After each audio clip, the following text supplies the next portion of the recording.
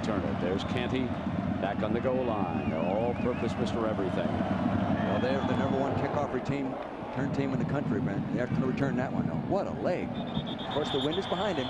The wind is behind him, but he's still nailing it. Coming out on the 20-yard line. Charles McBride, the defensive coordinator, Nebraska, told me, he says they are so simple it's almost scary. He says, I run out of things to call, but we have good football players. We don't want to confuse them. And the other thing he said is they won't play the same defense against a repeated offensive formation today. They'll change up from the look each time. Brian Goolsby is the fullback. But they go back now with Marlon Charles. Woo!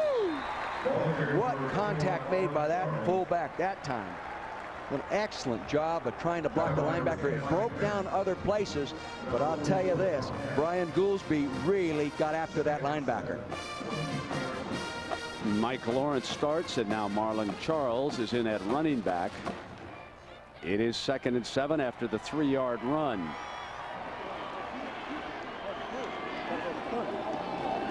Quick count. Charles tripped up to the 26-yard line, and this will leave about 4 yards for the first down. Jason Peter, number 55, tripping him up. Good job by Jason Peter. Jumped around Kendall Cox, the offensive right guard, and did an excellent job of getting upfield, yet maintaining enough balance that he can come back underneath and make the play on the draw. Mike Lawrence brings the play in from the sideline.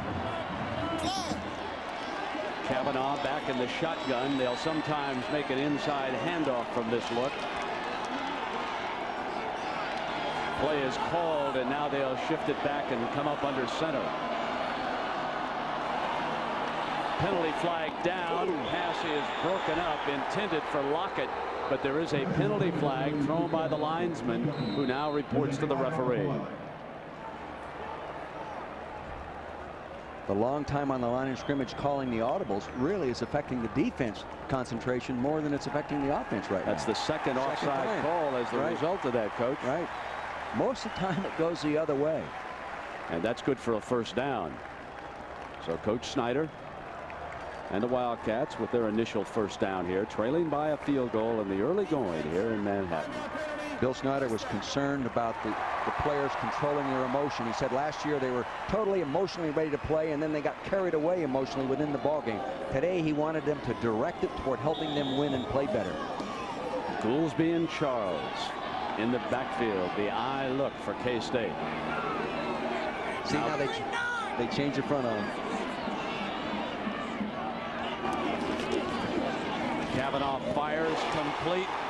This time Lockett's got it, and he has stepped in front of number 22, Ralph Brown, the defensive back on that side. See, they're throwing the ball awfully quick, which helps. And there's 37 consecutive games with a reception. Kansas State record. Soft hands Kevin Lockett has. They're playing awfully tight bump and run coverage. I wouldn't be surprised to see Ron Hudson, the quarterback coach, go deep on these people early. 2nd and 5. Charles.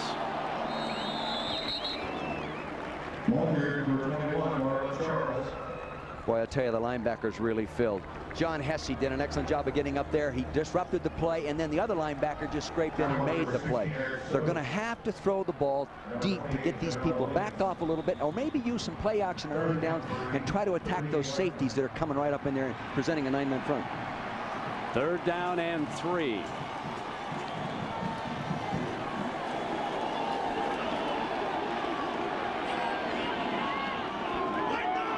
There's the audible. Booker backs off.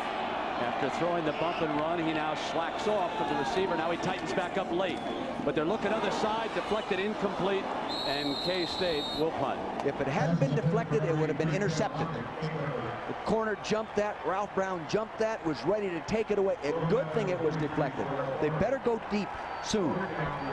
Terrell Farley. He has a sack and now a deflection, starting for the first time this year. Fullman going back deep to return this punt. He returned a 79-yarder for a touchdown against these guys last year. Now, because of the wind, Osborne's staff drops 2 short men back. Garcia did not punt well last time. Wiggins and McFarland go back deep. Ooh, this one off the side of the foot and out of bounds. Farley got in there and distracted the concentration of the punter that time. 2 bad punts by a guy that punted awfully well on the practice field Thursday. Time out.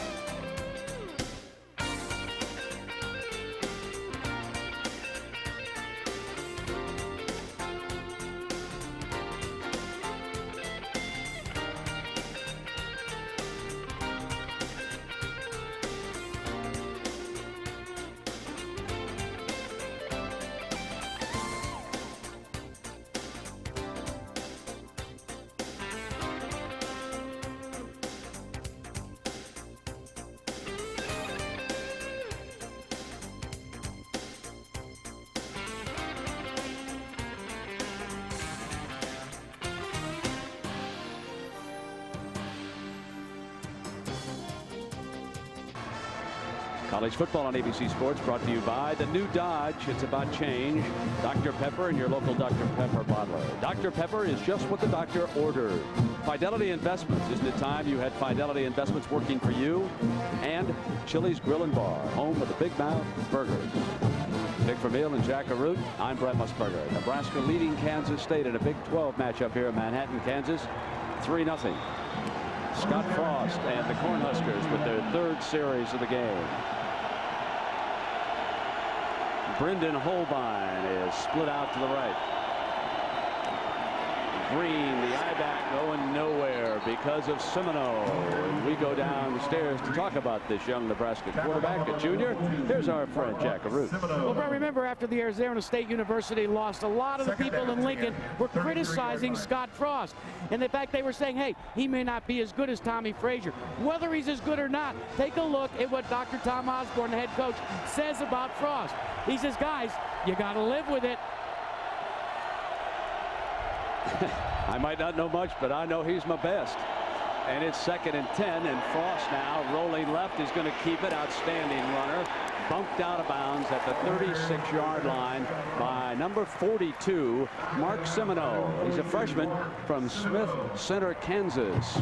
Concentrate on the fullback on his counter cut block here. This quarterback has the option to run first, pass second. He gets a nice knockdown right there. Might as well go ahead and run the football.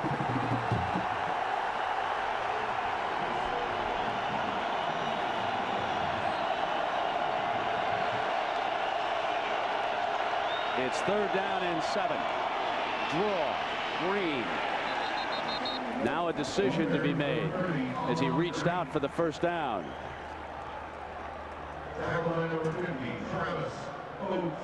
Really, this early in the ball game, normally I think a coach would go ahead and punt the football. They've got a lot of respect for what's been done here in Wildcat land. Tom Osborne's not going to take any chances.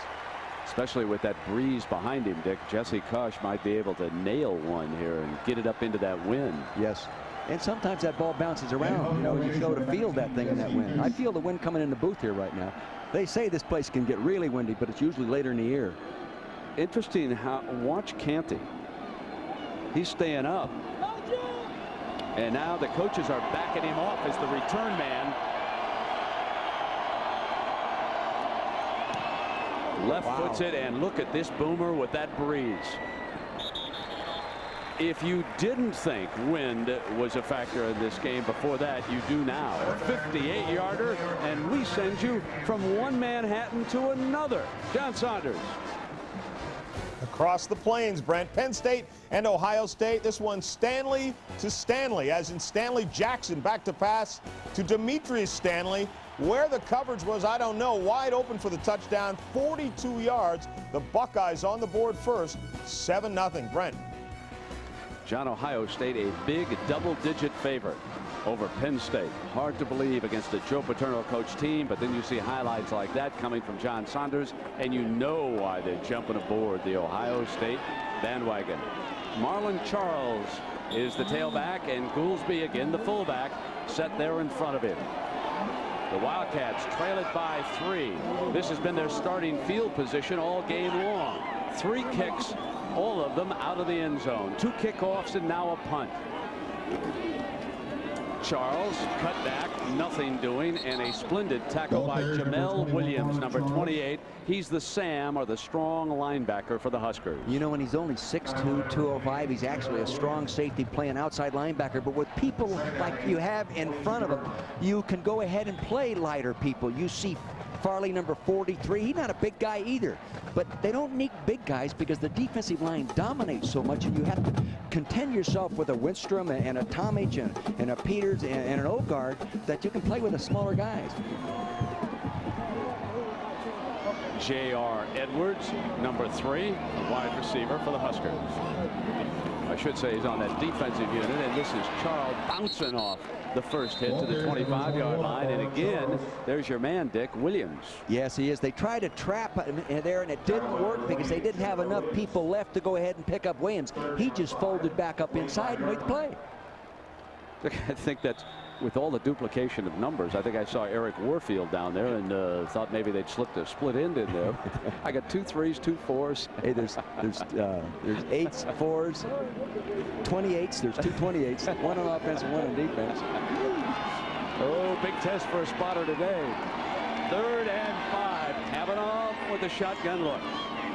Here come those ends. They can't get to him, but they got enough pressure on him that the ball was thrown high. Terrell Farley had jumped back into that zone and is helping out on pass coverage. Well, they brought the outside linebackers and then went zone, just backed off like that, and he slips as he comes out of his break right there, and the defender did as well.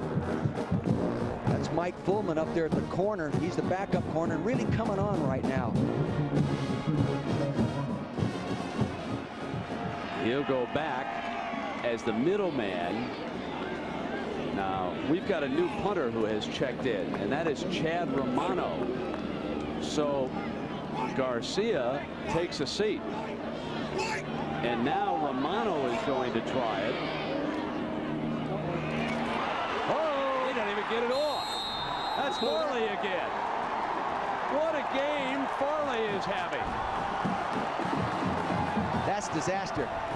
That's a first down, Huskers at the 14-yard line, and he was taking way too much time. He was frozen back there. I know it. He has 2 seconds to get that ball off. 0.8 of a second on the snap, 1.2 to kick it, and he was taking way too much time. Form fitting the ball. Evidently, he didn't expect the rush. He should have kicked it right into Mr. Farley. Hope to get the ball out of there and take the rough. You know, they broke down in the kicking game last year against Nebraska, and they're breaking down today. Field position, 14-yard line. Boy, tough to win. From the eye, here's the toss sweep. Green powers his way to the 9-yard line. Excellent blocking that time by big Tim Carpenter. I mentioned the tight end blocking a minute ago. He really did a super job of coming off the ball and hooking that linebacker out there and made a soft corner, and that's why they were able to get upfield.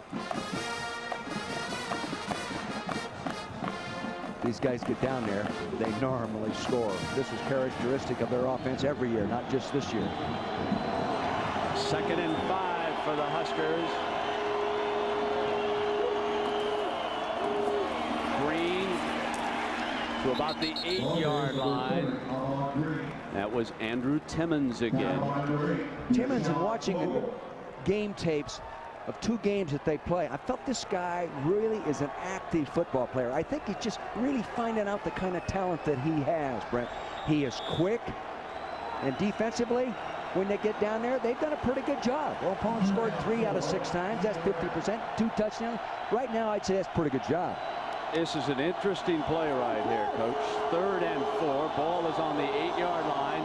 They're going to run the option and nothing doing. Oaks, number 50, read it perfectly and took the quarterback. Travis Oaks, whose brother was a standout here, and the sophomore, the younger of the Oaks brothers, does the job.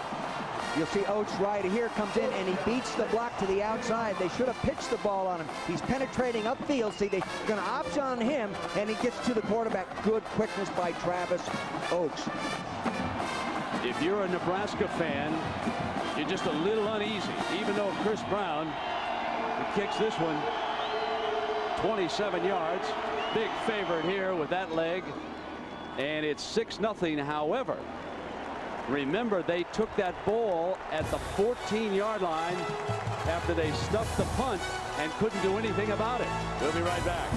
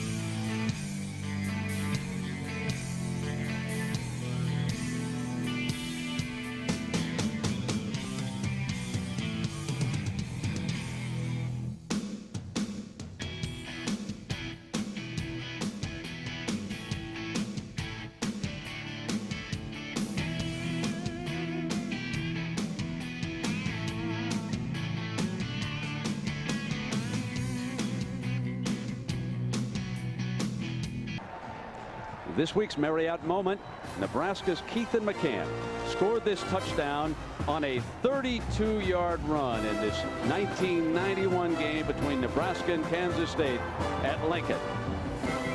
But then on the final play of the game, Kansas State with an opportunity to tie. Paul Watson threw an incomplete pass, and Nebraska held on 38-31. Well, there's Romano, who was the second punter used today by Coach Snyder, and Farley ate him up. Terrell Farley was a standout a year ago with 10 tackles, including 2 sacks for 22 yards and losses. Already he has a blocked punt. Actually didn't get it off. He sacked the punter and a quarterback. So let's give him 2 sacks rather than a blocked punt. Well, this one will go out of the end zone. We know what's happening here.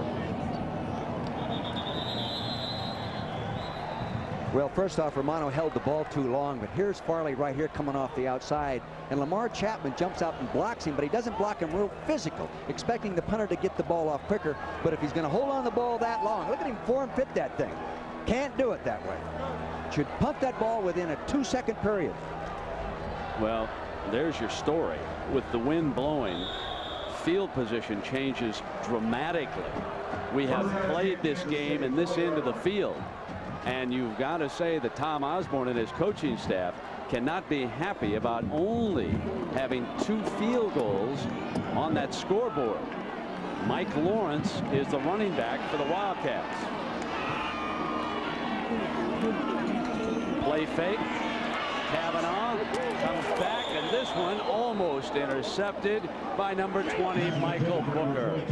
Excellent, excellent, excellent coverage by Michael Booker. It's a deep out. He's backing off, good pedal position. He goes in, takes him in the movement. Look at the athletic ability of Booker. The ball's thrown properly low on the outside, that he has enough ability to sprint back and dissect that ball. Should have picked it.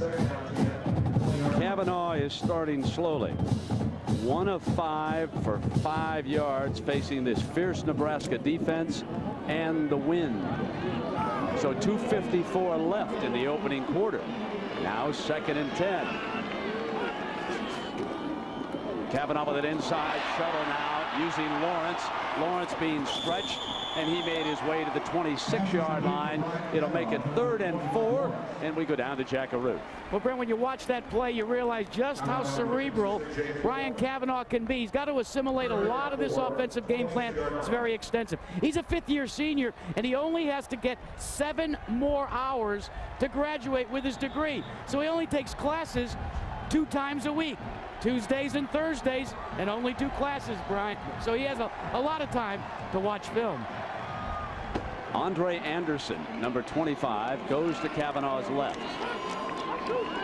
The Huskers rush 4. Kavanaugh's pass deflected, incomplete. And now who will punt for Kansas State? Because here they come again. I would come back with Garcia myself. 4th down 4, 26-yard line. He's going to stick with Romano. Number 38, Chad Romano.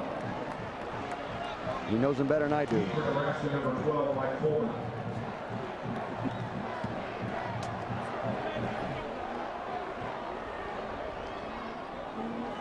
So Chad Romano out of Newman High School down in West Palm Beach, Florida. I'll bet they account for number 43. He still takes a lot of time. Hangs it high into the wind. Take it at the 41. And down at the 46-yard line is where Frost and the Nebraska offense will go to work again. And so a reminder that we're right in the neighborhood. The Kansas City Chiefs with a big one on Monday night at 9 p.m. Eastern time. They'll be taking on the Pittsburgh Steelers. The general manager of the Chiefs, Carl Peterson, among those watching today's game here in Manhattan, Kansas. And that one is going to be a big one.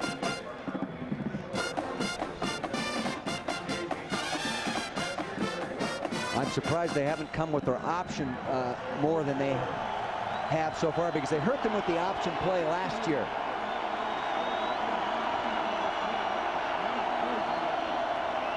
He pulls out. Frost, 1 to go. Oh, Fogel had a hand on it, and down it goes to the ground. Fogel, I think, thought he had to intercept the ball. Boy, they had him wide open. If he'd have been able to throw that thing, they had the tight end down there deep. Niall Weirin closes in to make the play. Now Weirin will come around from the left side of your screen, he beats the tackle deep, comes around, and he had the tight end open downfield. The pattern just took a little too much time for the kind of rush that they got. Weirin on the top of your screen coming around, he sets, waits, bam, almost picked it off. Fogel is a penetrating type linebacker. He's a downhill player. Well, I think Fogel thought it was a forward pass. That's a 4-yard loss, and D'Angelo Evans, the freshman sensation from Wichita, in the game. They fake to him. Frost gonna go the middle, way overthrown. He caught the Cyclone.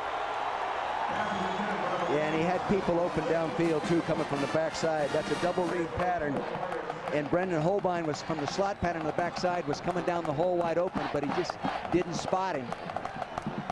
Federal, the intended receiver on this side, and he overthrew him badly. And now it is 3rd and 14. And I go back to that Fogel play. Had he pounced on the ball, Kansas State would have recovered.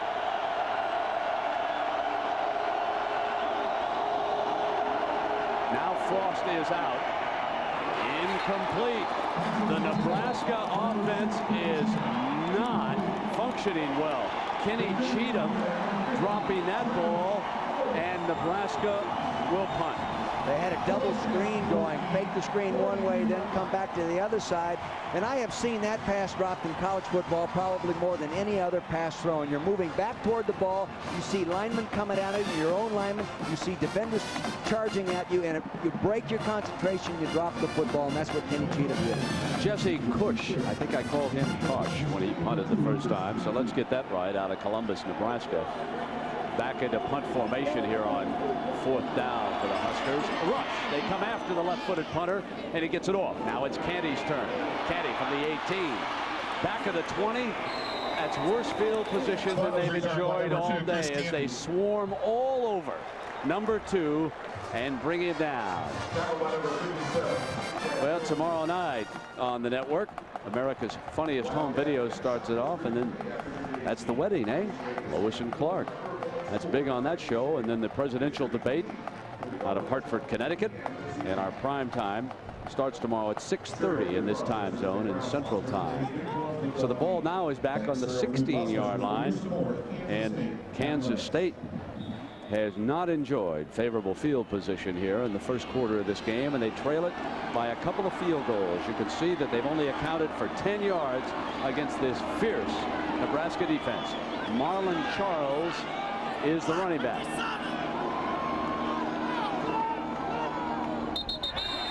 Movement down in the middle.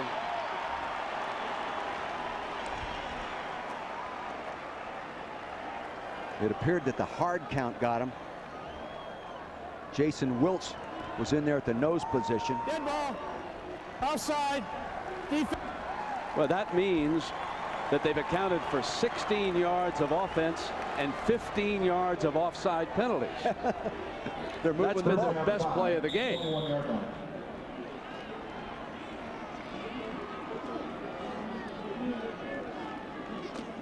They have a phase of their offense, too, that it doesn't matter what defense they're in, they go ahead and run it.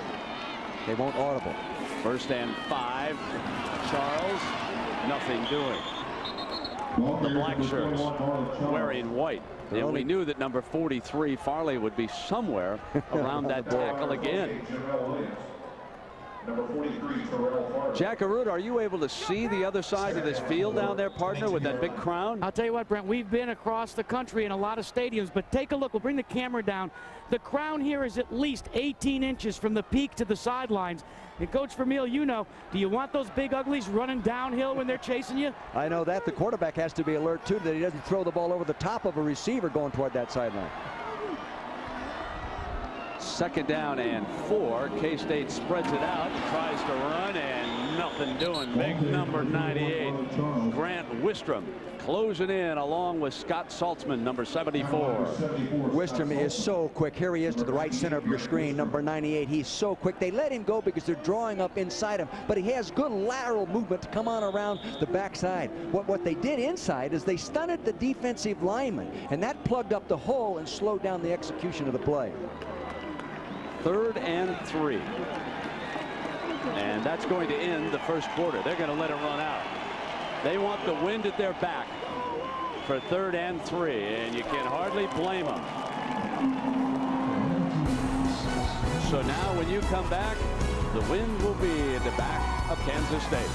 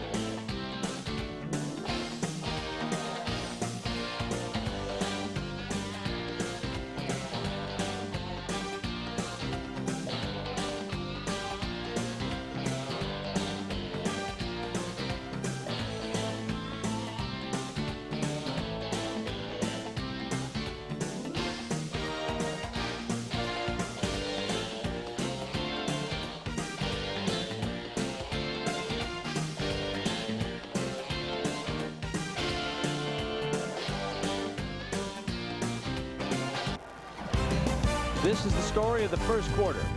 Kansas State's inability to punt the football. Farley in with that tackle. It set up their second field goal. So with 3 punts in that first quarter, K-State averaged 32 yards. That's your storyline here. And it is 6-0. The Huskers with the lead over the Cats. Now the wind is at Kansas State's back, and Kavanaugh back in the shotgun. Into the arms of pressure, wind or no wind. They couldn't do anything with big number 99 there defensively, Jason Wiltz. There can't be much really exciting about either team statistically. It's 6-0, of course. Good field position by Nebraska. Kansas State is actually lucky to be only down 6-0. Rushing yards, look at this, 1 yard to 29 for Nebraska. That's really out of there. No yards passing so far. Total, look at that. Not much going on so far, but great defense. Romano still in the game, punting. He replaced Garcia. Fullman out of Roselle, New Jersey, set to return. Fogel, he's the up back. Somebody's got to get on him. They came up the middle with daylight. Close again. Fielded by Fullman. 45. Cross midfield and out of bounds at the Wildcats' 45-yard line. That Mario Smith, the free safety, made the tackle on that, Brent. He is really a tackler. And you mentioned it too, watching game tapes. He likes to hit people. Here he is on special teams doing the same thing. You can see why he was defensive MVP in the Holiday Bowl last year. He likes to hit people. Good field position again.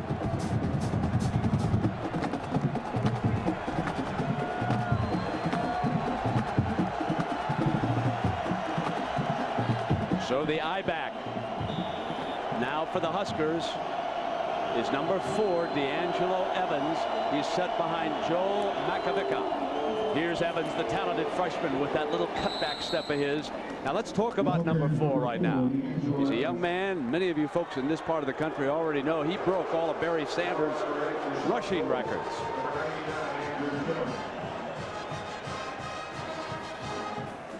Real good defense. They play this. Travis Oaks is playing that outside linebacker right now about as well as you can play it. You come to him, you get a headache. 2nd down and 7.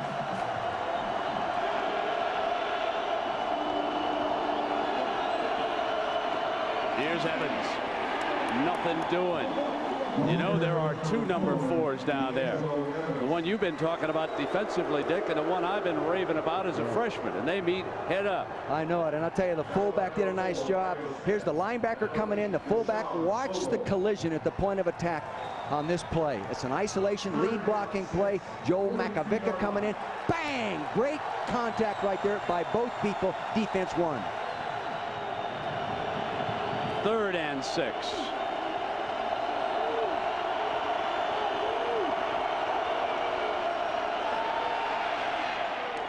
Intercepted. 40, 45. Clyde Johnson, and a penalty flag goes down on top of it. So the 26-year-old senior strong safety who came back from the Marine Corps out of Austin, Texas, to play for Coach Bill Snyder, opens things up here for the Wildcats. That's one negative in regard to play action. You turn your back to the line of scrimmage, you can't see what's happening down there. What he didn't see was the tight end running down the hole, wide open. Sheldon Jackson, going to the top of your screen right there, was wide open for a big one. And tack on the personal foul. Watch the end of the play now. Watch him out of bounds. Definitely out of bounds when he gets nailed. Foul. That wasn't it, Dick. It was later. He was hit. And I believe it was Scott Frost who went back and got him. I want to hesitate because I was looking from a distance.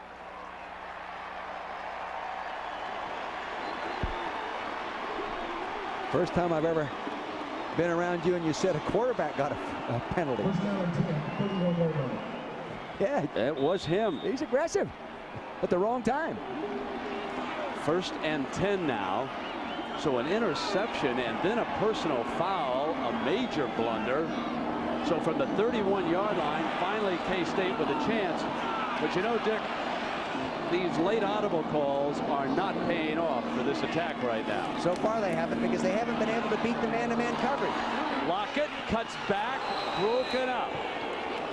Tell you, Charlie McBride's doing a good job of changing the looks and sugarcoating the defense as they're moving around here. He tried to run a little stop and go on Ralph Brown that time. Ralph Brown is just a freshman. They thought they could pull him up and then go deep behind him, and they couldn't do it. Excellent job by Ralph Brown, a true freshman out of Walnut, California. He was a great high school running back. Not really given a lot of credit for being a great defensive player. Today, he's demonstrating he can play both ways. 2nd and 10.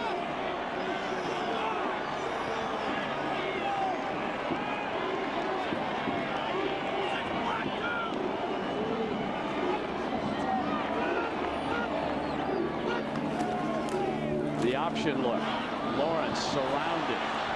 Nothing doing against that Husker defense. That defense is so quick. Now, Kansas State is not a big option team. They want to run that play today because they want to use it as a sweep to get outside against this defense. But Nebraska sees options all the time, all through spring practice, all through training camp, because that's their style of play. And they demonstrated they know how to defense them right there. They just flew to the ball. Tom doesn't make many mistakes. But so far, it's a one-dimensional football team Nebraska has fielded today. That unit on the field right now. The kicking game and the defense are holding up for the Huskers, and the offense has let them down so far. It's only 6-0. 3rd and 12. Kavanaugh fires incomplete. Lockett. What a magnificent defensive effort it is, though. It's almost as though the Husker defense is saying, we have got to throw a shutout. Yeah, this time McBride changes up the defense to a zone, and they back off and play real soft. They had the right call. The double slants in there. He just threw the ball too high. There's Charlie McBride right there. You know, people are stealing his defensive concepts all over the country. Last week we're in Florida State, Tallahassee. They're telling us, well, we had McBride down here and he put on a clinic. You know, I think they're all trying to find out a way to beat Florida someday down the road. So Jamie Ream will punt with James Garcia. I should say he's in here to attempt this 51-yard field goal. As Garcia puts it down, and Ream pounds it. Good. A 51-yard field goal by the freshman from Wichita. It's 6-3 on the Ream field goal.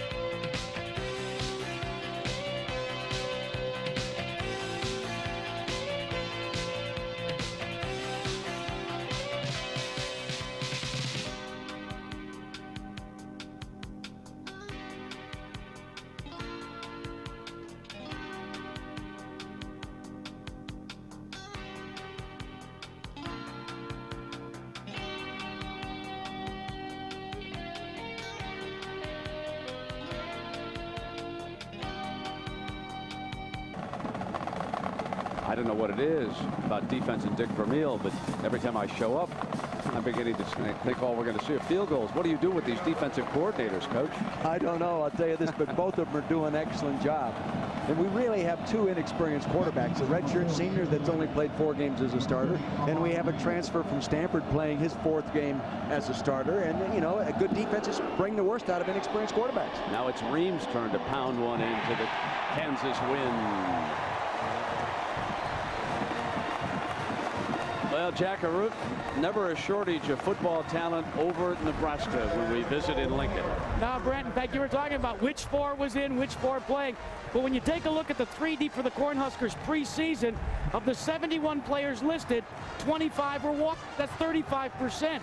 And they were walk-ons when they came to NU. They've since earned scholarships.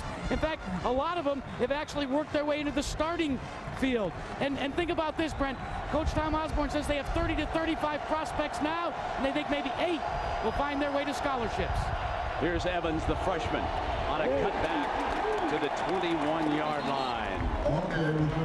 That's Deshaun Fogel making the stop. I'll tell you, Niall Wyron, number 44, right there in the middle of your screen, does an excellent job. Now, he's given away about 50 pounds on that offensive tackle. Does a great job of getting upfield, penetration, and kicks the play back inside. Wonderful job there, Niall. Here's Coach Stoops.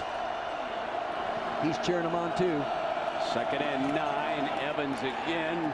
He blasts his way through to the 26. You get the feeling, watching Evans, that it's just going to happen. You just get the feeling that this young man has all the potential in the world to become the next superstar up the road in Lincoln. Now, I know those numbers aren't flashy, but you're looking at a true freshman. And for Tom Osborne to express this kind of confidence in him here when he's number 2 in the rotation, that is really something. Yeah, and to be able to run for 8,400 yards in your career and average 207 yards a game in your career, you got to have some weapons. You got to have a pair of feet on you and some legs that can move. Well, let's find out how the Bucs are doing. Dick, let's send everybody to John Saunders. John? Brent, when you lose 3 guys in the top 10 of the draft of the NFL, you figure you're going to struggle. Not for the Ohio State Buckeyes. Stanley Jackson, 24 yards to Matt Keller. The 2nd touchdown of the game. Jackson is tossed. They also have a field goal, 17-0 now over Penn State. Meanwhile, Georgia Tech leading unbeaten Virginia 13-0. C.J. Williams has a 3-yard touchdown run in that one. Brent. John, I got to tell you, I think the MVP at Ohio State is Stanley Jackson. I'm going to tell you that the coaches went out and recruited a JC quarterback to be their starter this year. He didn't come through for them. They turned it over to Jackson, and the rest is history. Talked to Walt Harris this week, the coordinator at Ohio State, Brent. He told me it's absolutely unbelievable, the transition between that guy when he wasn't a starter and all of a sudden he is a starter. He says he is a new person in every way. That's amazing what the Buckeyes are accomplishing this year after losing those 3 fellas that John talked about. There's Glenn. He's up there with New England. You know, he's not doing badly. He's starting to come on. Yes, Even though they called, they got after him a little bit. Called her herd, didn't he? 3rd down and 5 now for Frost. Here's Evans. Got the 1st down. There's a strong run as the freshman gets the corner with Chris Canty bringing him down. I tell you, Mario Smith came up from that safety position awfully quick, did everything he could to get it back inside, but didn't get the inside-out pursuit. Nobody runs option football any better than Nebraska when they're really humming. Very important now for the Cornhuskers moving into this wind to control the clock. You get the feeling now that Osborne's staff is going to use a lot of option. Keep it on the ground, although Frost is changing up here. Nakovic is the fullback. They look at the option, and Frost is hit from behind. And down he goes with Jerome Evans from Waco, the defensive tackle, junior, bringing him down. Oakes does a good job of just stringing out to the right side of your screen. He's coming right down the line of scrimmage. They're going to have to change the blocking on that. They're turning the fullback up inside to seal off the linebacker, and the outside linebacker is just stringing out and making the quarterback sweat is the technique you use in coaching linebackers. Make him sweat. Make him indecisive. 2nd and 12, and we'll see who'll be sweating on this play, Coach. Frost gets protection, fires left side, short of the first down, out of bounds on the 38-yard line. That is Jackson, the tight end, with the reception over there. That's Sheldon Jackson as opposed to Vershawn, and Travis Oaks defending him. Well, that's a new pattern put in the game plan. They have not used that formation. They motion to a bunch formation and then get three people up there. They like that because Kansas State plays so much man-to-man. They think they can loosen it up, cross people, and get that positive gain. It is 3rd and a long 3. Frost only 1 of 5 for 8 yards, and that one costly interception. Frost is in the gun.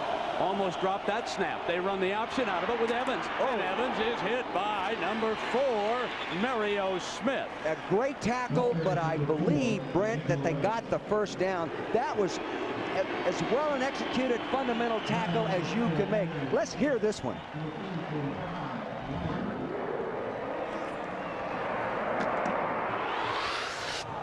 First down, 10, 44-yard line. Woo! Boy, you can't tackle any better than that. That could be on a highlight film and how it ought to be done, Mario. Like you said, D'Angelo made the first down. You bet. Ball almost at the 45-yard line. Did you notice him lower his center of gravity and start? He looked a little more like Barry. You know how Barry widens the base, lowers his center of gravity and cuts?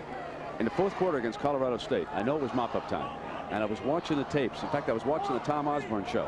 And you know, Tom, he kind of low-keys things. He didn't want to say anything. And I'm saying, oh, wait a minute. Oh, wait a minute. You can't teach that move, what I just looked at. I mean, and he's coming out to the sideline now. D'Angelo is going to take a break. He took a hit. That's why he's taking a break. And Green steps in. There's the young man. Makovica gets a play fake. Frost pulls out. Wants that fullback. Incomplete. And also the tight end over there, Sheldon Jackson, was working down the hole. So it's 2nd and 10. They know what they're doing, too, defensively. They're allowing Deshaun Fogel, the inside linebacker, to scrape off on quarterback action and get in there and put pressure on him. He's doing a nice job of doing that. Excellent football player. He really impressed me on game tape. The longer this continues, it's our feeling that the more confident Kansas State is going to become. They had a very shaky start punting, and they're only down 3 with 9 minutes here in the first half. Makovica, and he's out to the 46-yard line. There's Fogel, number 8, again. I tell you, he did a nice job, but so did Damian McIntosh, 77, the defensive tackle, just came in the football game. You know, they don't have a lot of defensive linemen. The 2 defensive ends, Swayzer and Wyron, will probably play every snap. The tackles, they'll change those guys up just a little bit inside. 3rd down and 8.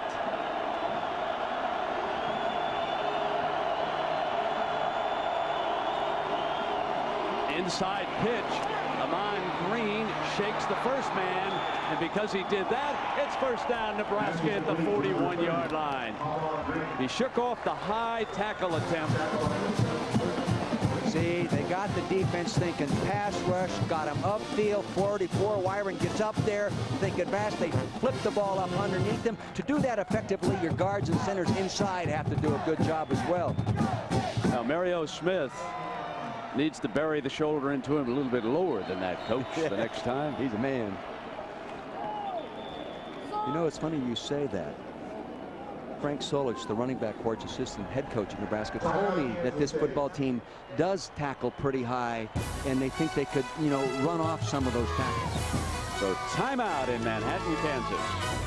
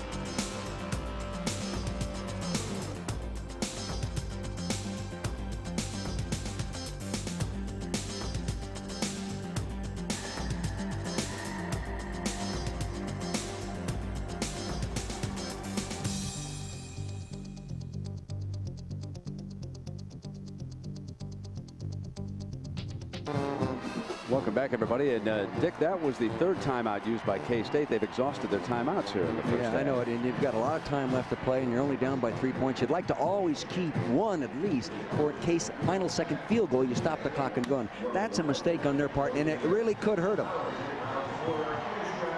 Nice to see. That's our spotter. We always did wonder what became of Jimmy Tubbs. First down and 10. 8:14 to go in the first half. Green. You know, down to the 37-yard line. Right now, Mike Stoops is doing a real good job of playing his defensive ends hard to the outside there. Now you look at big Adam True, number 77, doing a great job at turning out his defensive end. On the other side, they were playing the defensive end outside. He's moving that defensive front around. They don't stunt very much, maybe with the tackles a little bit. Mike Stoops really, I think, is experiencing his first full control game as a coordinator. Second and 6, and it's Green to the middle and the 35-yard line, and a couple of yards. And you know, we had an upset Georgia Tech brewing down there against Virginia. John Saunders, what's the latest on that ACC matchup? Well, Brent, as you mentioned, Georgia Tech had a 13-0 lead over Virginia, a team yet to lose this year. Tiki Barber behind the blocking and cuts it back, punches this one across, and Georgia Tech's lead is now down to 13-7. Brent. Yeah, John, the Georgia Tech coaching job, that's been an improvement down there. Now we see a timeout's going to be called the other way, and that's Nebraska's first of 3. But O'Leary's done a good job down at Georgia Tech, and of course Welsh down there at Virginia is simply one of the best in the land. Everybody knows that. They get a lot out of their players. They really do. And we saw Georgia Tech play last year and play Florida State very tough through the first half. Well, we're talking about the ACC. Let's show you our lineup next week here on ABC. Those Bucks still rolling, and they'll host Wisconsin. Just keep in mind, historically, the Badgers have always played the Buckeyes well. Can they do it again? Dick, you and I are going to the Rose Bowl to watch Arizona State, the Cinderella so far. They'll be matched against the Bruins. Oklahoma, Texas, and boy, OU, they just haven't done much. And Frost is struggling here, Jack Harut. He's got his hands full. Yeah, but Brent, you know, he had a real offensive genius train him. In fact, he was highly recruited to Stanford University, despite the fact that his parents were standout athletes at the University of Nebraska. Why? The quarterback guru, Bill Walsh, was there. He said, I wanted to learn as much as I could about being a quarterback. When Walsh left, he decided to return back to the University of Nebraska. And when media asked him why, he said, because I want a chance to win a national championship. Jack, one thing about the guru, I think he thought about making this young man a safety. I honestly think that went on out there at Stanford, and that was one of the reasons why he decided to leave. He started 5 games at the safety position there. He's such a gifted athlete. You know, this guy won the state championship in the shot put. Now, quarterbacks don't put the shot, but he threw it 58 feet 9.5 inches, Brent. 3rd and 4. 12th play of the drive, so they've worked the clock down very well into the wind. Here he is as a running right straight ahead, short of the 30-yard line.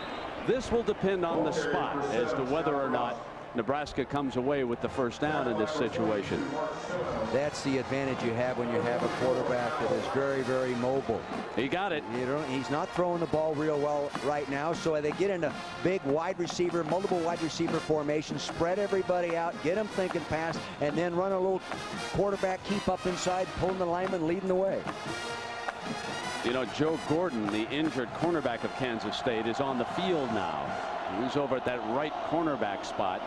Frost looks down the left side, and it is complete to John Vedral.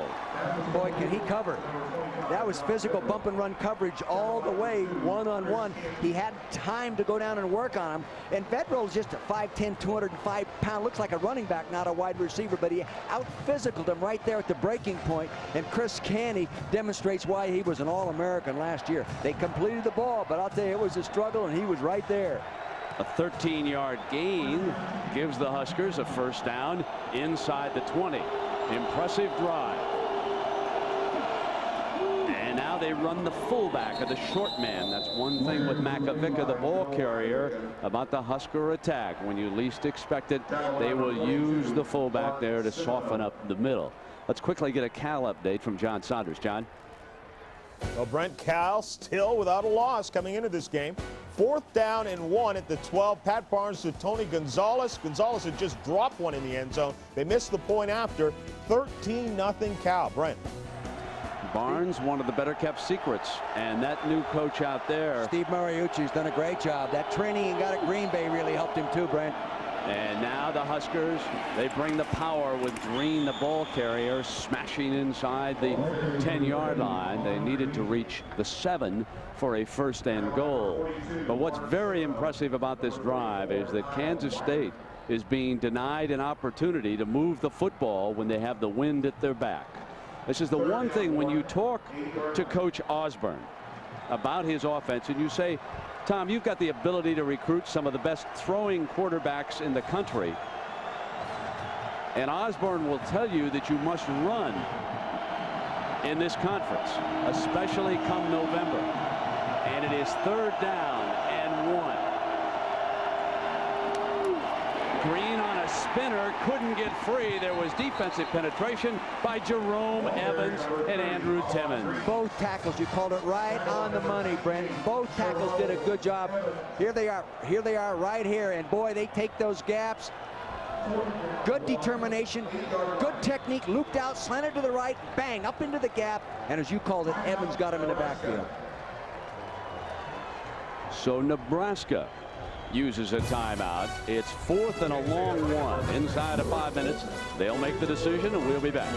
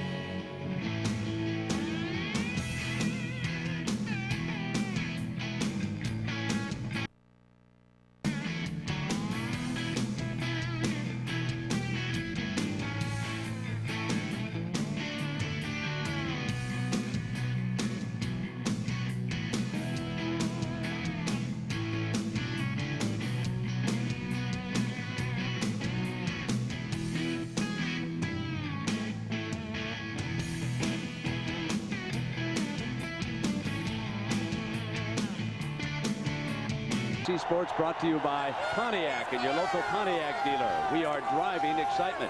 And Domino's Pizza, who introduces their newest crust sensation, Aroma Herb Crust Pizza.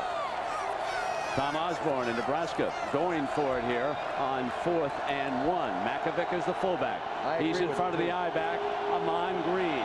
Frost, a good runner, is the quarterback. 17th play in the drive. They run the I-toss behind Green. Touchdown, Nebraska. Makovic clearing the way, and that, during the commercial timeout, is the play that Coach Vermeil wanted.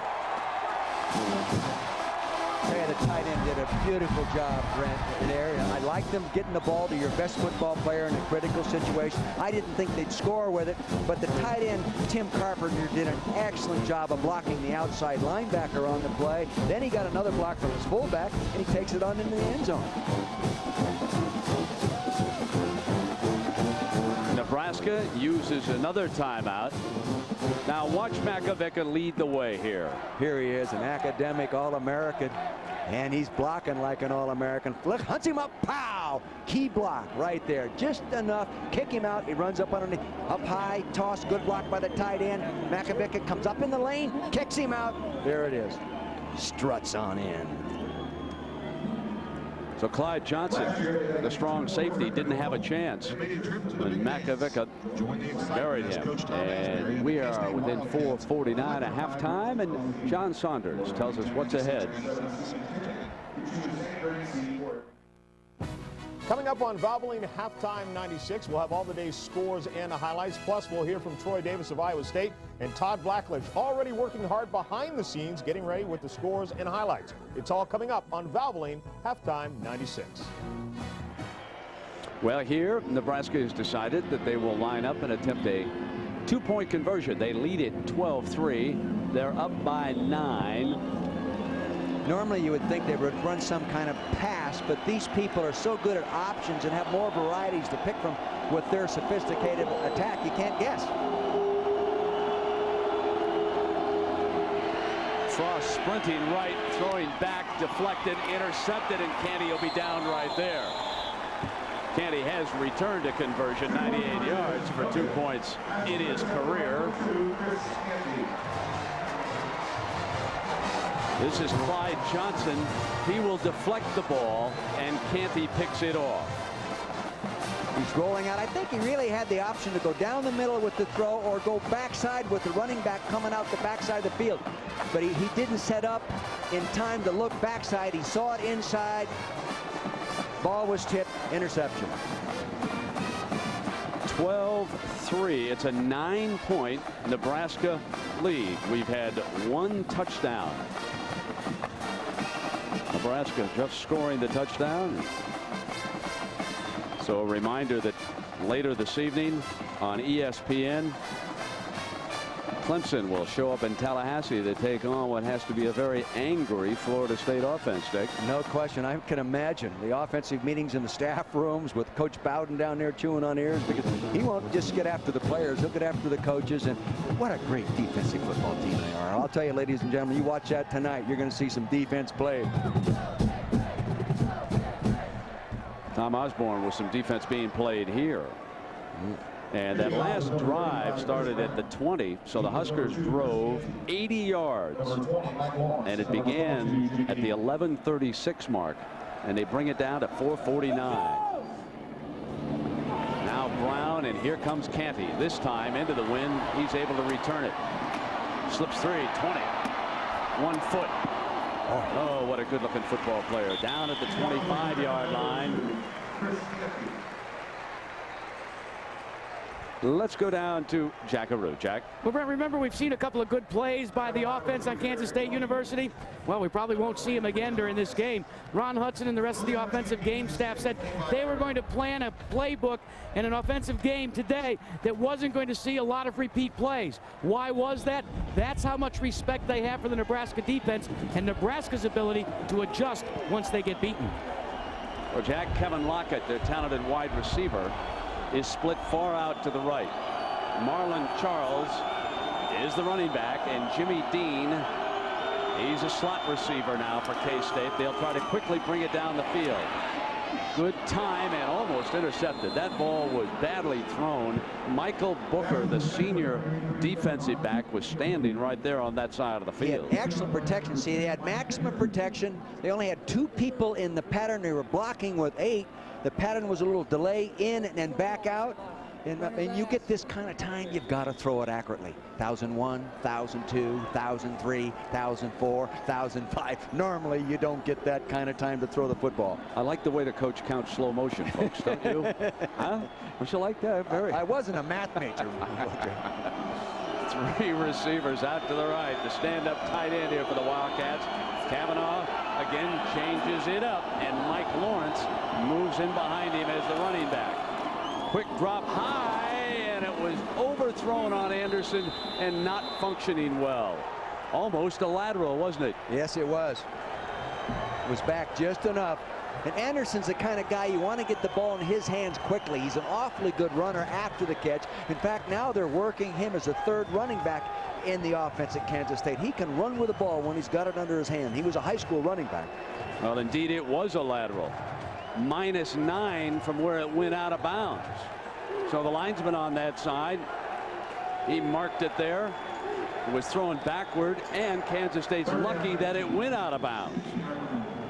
Had it stayed there in play, the Huskers might have been in business again. Well, the one thing you don't want to do, Coach, is outsmart yourself. And K-State is 0 of 6 on 3rd downs now. This one, 3rd and 19. Down the side, out of bounds, and they have failed again.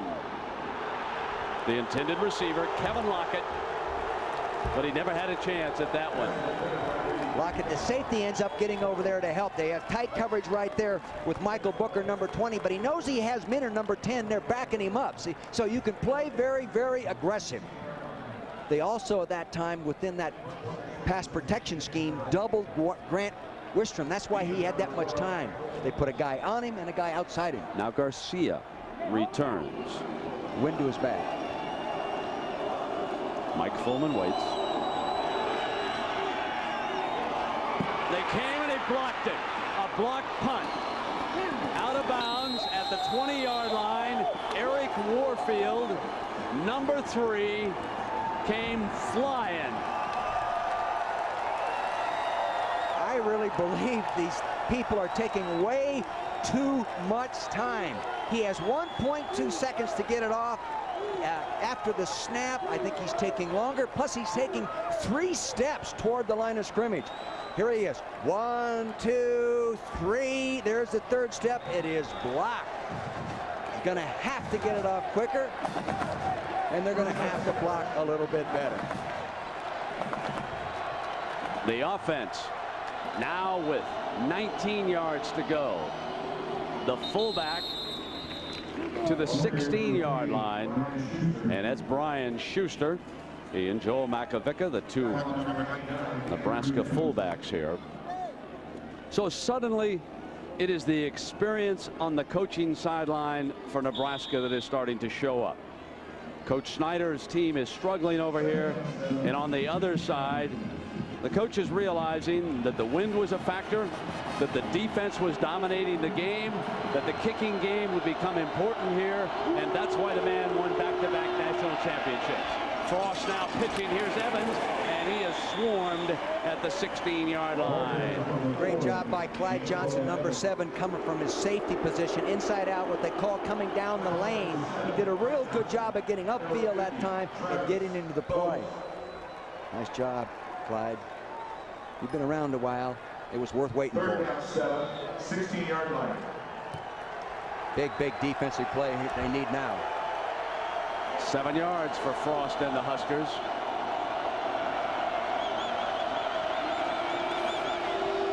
Rolling to the short side, wants to look back, and he's got Evans over there. 15. Fumble! Out of bounds. Nebraska ball. Gordon didn't field and have control for Kansas State.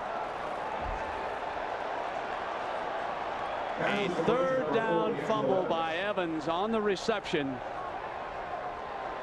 You can see they'll start the quarterback one way. The running back will step and come back to the outside. He'll get an escort with an offensive lineman. A little delayed throwback with a 1-man screen. Set. Now here comes the offensive lineman out there. That's Chris Dishman out there. D'Angelo gets it knocked out by a good hard hit, but it would have been Kansas State ball. Instead it comes, you can see where he hit him. Canty knocking the ball out. Ball comes back now to the 11-yard line, where it'll be 4th down and field goal time for Nebraska. Had Gordon fielded the ball on the first hop, it would have been K-State ball. But because it went out of bounds, Nebraska, the last team to possess it, and a 28-yard field goal is hammered true. That's the 3rd field goal of the game for Brown, and now it becomes a 15-3 Nebraska lead.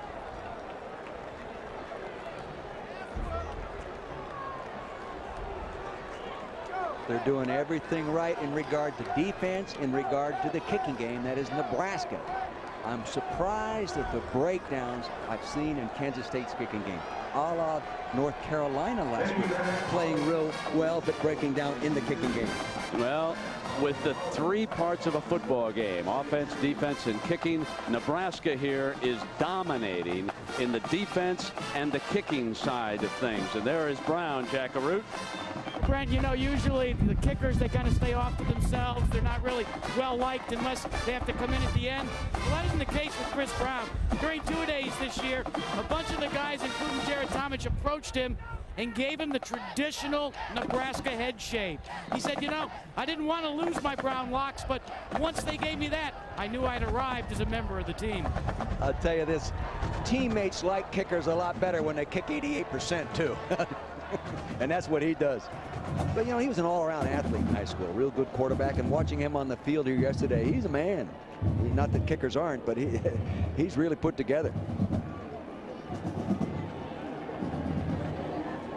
2 minutes and 48 seconds remaining in the first half, with Nebraska leading Kansas State 15-3. And this is when you'd like to have your timeouts that you mentioned we were talking about earlier. They do not have any. High and deep and even into the wind. This one's out of the end zone. Strong leg being demonstrated by Chris Brown, the sophomore from Southlake, Texas. Wow, he does have a strong leg. He got the ball up high into the wind and still kicked it to the back of the end zone. I want some of what you had for breakfast, Chris.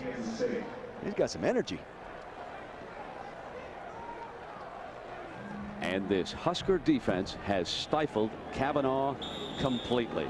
I think offensively, Kansas State has to be very, very careful what they do right now. They can't afford a bad play and give the Huskers some kind of a big play. Down 15-3 is bad enough. Don't make it worse. Lawrence is the running back. Anderson was going to the left side of the formation. He moves over to slot right, which is the short side of the field. Fake toss. Kavanaugh fires complete, and Lockett with his second catch of the day to the 25-yard line, and it's 2nd and 5. Boy, Ralph Brown, 22, it came up. The true freshman, as we talked about earlier, reacted real well. It was just a little quick stop hook, action away, firing the ball. Then they wanted Lockett, who's a good run after the catch guy, to make him miss. He didn't miss. Out of timeout, so they operate without the huddle. Kavanaugh, and why not? He's been audibling all day anyway, so he simply calls the play here from the shotgun formation, and Lawrence moves over to his right. They show blitz. Kavanaugh into the pressure, throws for Anderson, incomplete, and there was a heavy assault on the quarterback, who is slowly trying to regain his composure back here amidst this fierce rush. Well, Wistrom started up to the outside, then he loops all the way back to the inside, and he'll appear right in the middle of your screen. Here he comes, number 98. Wham!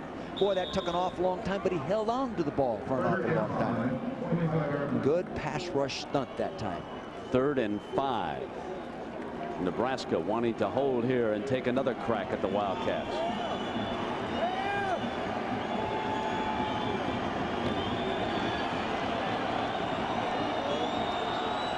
Lockett, far outside right, slot in that direction. Kavanaugh looks right, coming middle, high, incomplete. Lockett, the intended receiver, but the pass was not well thrown, and K-State punting again. Can they get it off? That's the big question here as Garcia trots back on the field. They've had one punt blocked. They've had another punter tackled before he can get it off. And they've averaged about 32 yards a punt when they have been successful. And they came in here averaging 47.6 a punt. They've really gone in the tank in the kicking game. Get it off quick. Nebraska may settle for the football back at the 2-minute mark. Let's see what they come up with. That's exactly what they're going to do, and Garcia booms this one. You can return that kind of a low, long drive. Picked up now by Fullman. Fullman's free at the 20. Slips at the 24-yard line. The Huskers with 1:49 and a 15-3 lead on a 64-yard punt. So Kansas big over Oklahoma. When is the last time Oklahoma had a successful game? My. Early last year, prior to the Texas A&M game. Remember, they were going, filled up the stadium, had a lead at halftime. No, against Colorado was Brent, not A&M. It was against Colorado.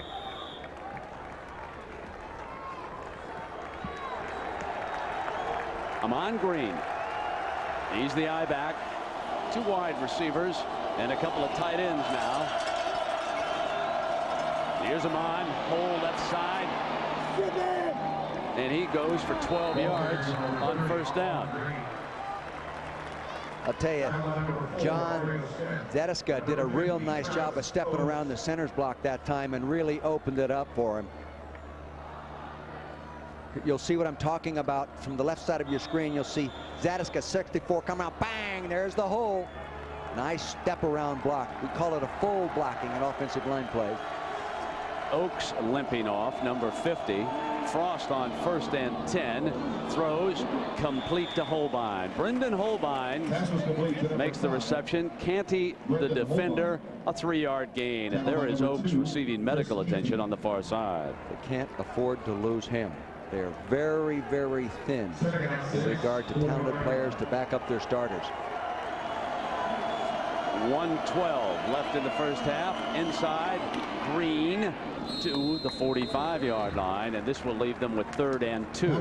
I'll tell you this, the defensive tackles, Jerome Evans that time didn't even get lined up in time for the snap. He got drilled because he didn't get lined up quickly.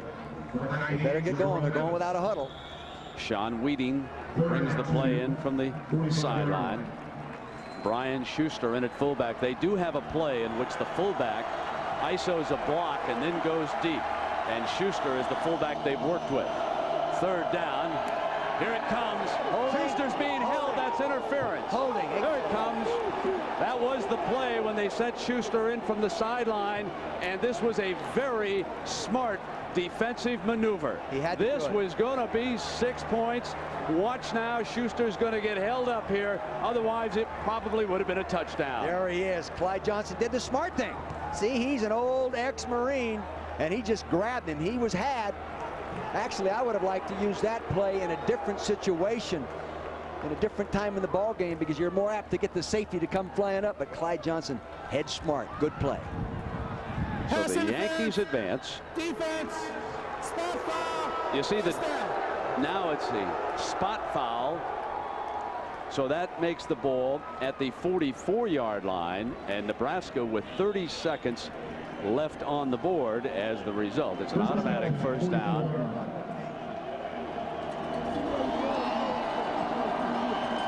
And Frost rolls left, hits Holbein again, and that's for a good 11 yards. Another 1st down, stops the clock. He has a real quick, short bunch snap throw. And I think as he gets accustomed to all this play action and relaxes and gets involved in the offense over a period of 7-8 games, I think he's going to throw the ball much more accurately, just like he did that time. Right? You know, Dick, something else about the Nebraska football players that sometimes we forget.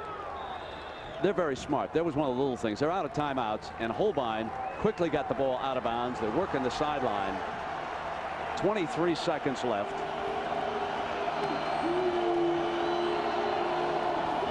Frost on a keeper.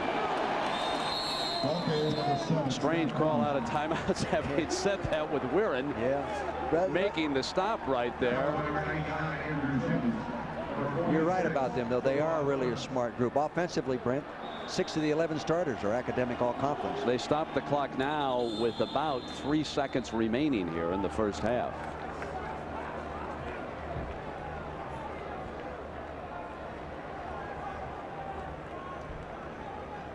Chris Brown coming in. He's got an awfully strong leg.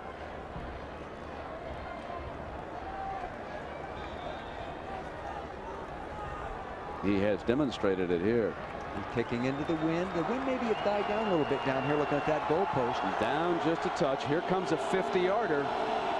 Can Chris Brown nail another one? Wow. He drives it. Good. Wow. What a first half for Chris Brown. He has hit 45, 27, 28, and now a 50-yard field goal. That would have been a 55. The Huskers lead it 18-3.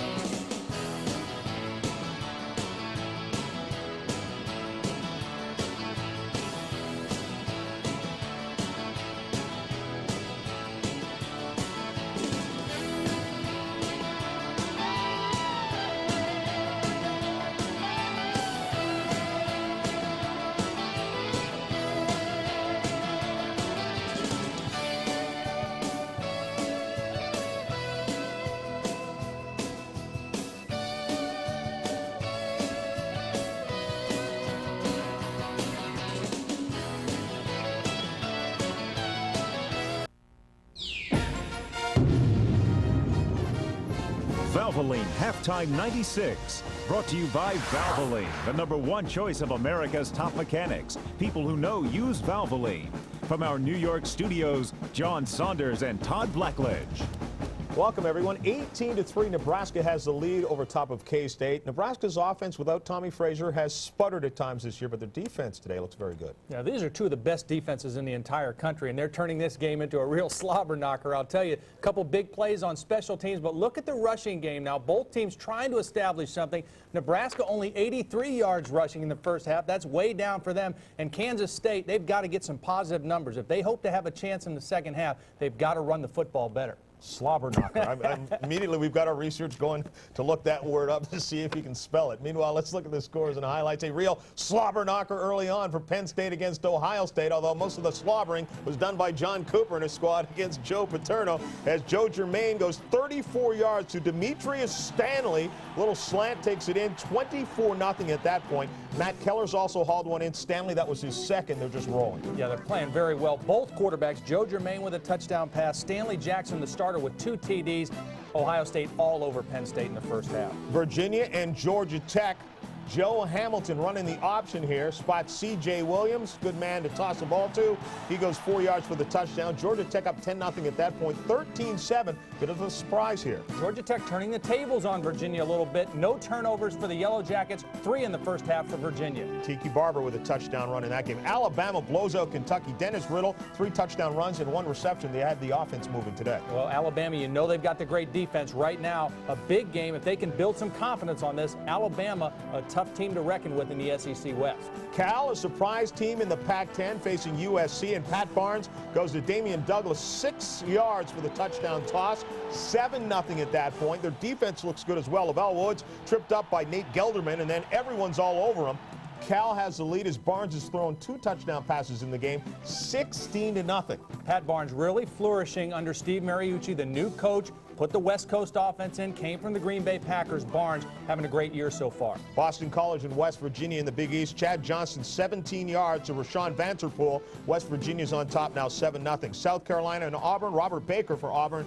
The 79-yard punt return for a touchdown. They lead by 7. Army blows out Yale. Their best start since 1985, 39-13. Ronnie Makeda didn't even play in this game. Navy blows out Duke. Good day for the Service Academy, 64-27. Best start since 1986. Kansas against Oklahoma. In this one, of course, Oklahoma has been a team that has simply struggled the entire year, looking for their first victory of the season, and it would try and come for John Blake in conference play. Eric Van takes this one and just takes off. 100 yards on the kickoff return. Once he gets into the open field down the sidelines, no one can get a hand on him. 7-7 at that point. Kansas blows out Oklahoma 52-24, giving up a punt return for a touchdown, kickoff return for a touchdown, and a blocked field goal for a touchdown. Indiana and Illinois. Jay Rogers, a touchdown pass to Dorian Wilkerson with 48 seconds left. Then the 2-point conversion tied the game at 33 apiece. On to Major League Baseball now. New York against Texas. And Cecil Fielder and the Yankees trying to wrap things up, facing Roger Pavlik. Tim Raines will come in to score from third, gives the Yankees their first lead of the game. 5-4 was the score. Yankee closer John Wetland will then come on. Tying run is on base, but Dean Palmer strikes out. The Yankees come back after losing game 1, win the next 3, and they move on. The Yankees doing what they couldn't do last year, winning in the first round. 6-4 is the final. The Orioles and the Indians, the winner of this one will get the New York Yankees. Right now it's tied at 3 apiece. They have gone to the bottom of the 10th inning. In the National League, the Los Angeles Dodgers trying to stave off elimination, and they trail the Atlanta Braves right now 1-0 in the 3rd inning of the game. Stick around. More of Valvoline Halftime 96. When we come back, we will hear from Troy Davis and his chances for the Heisman Trophy. How about 378 yards last week, Troy?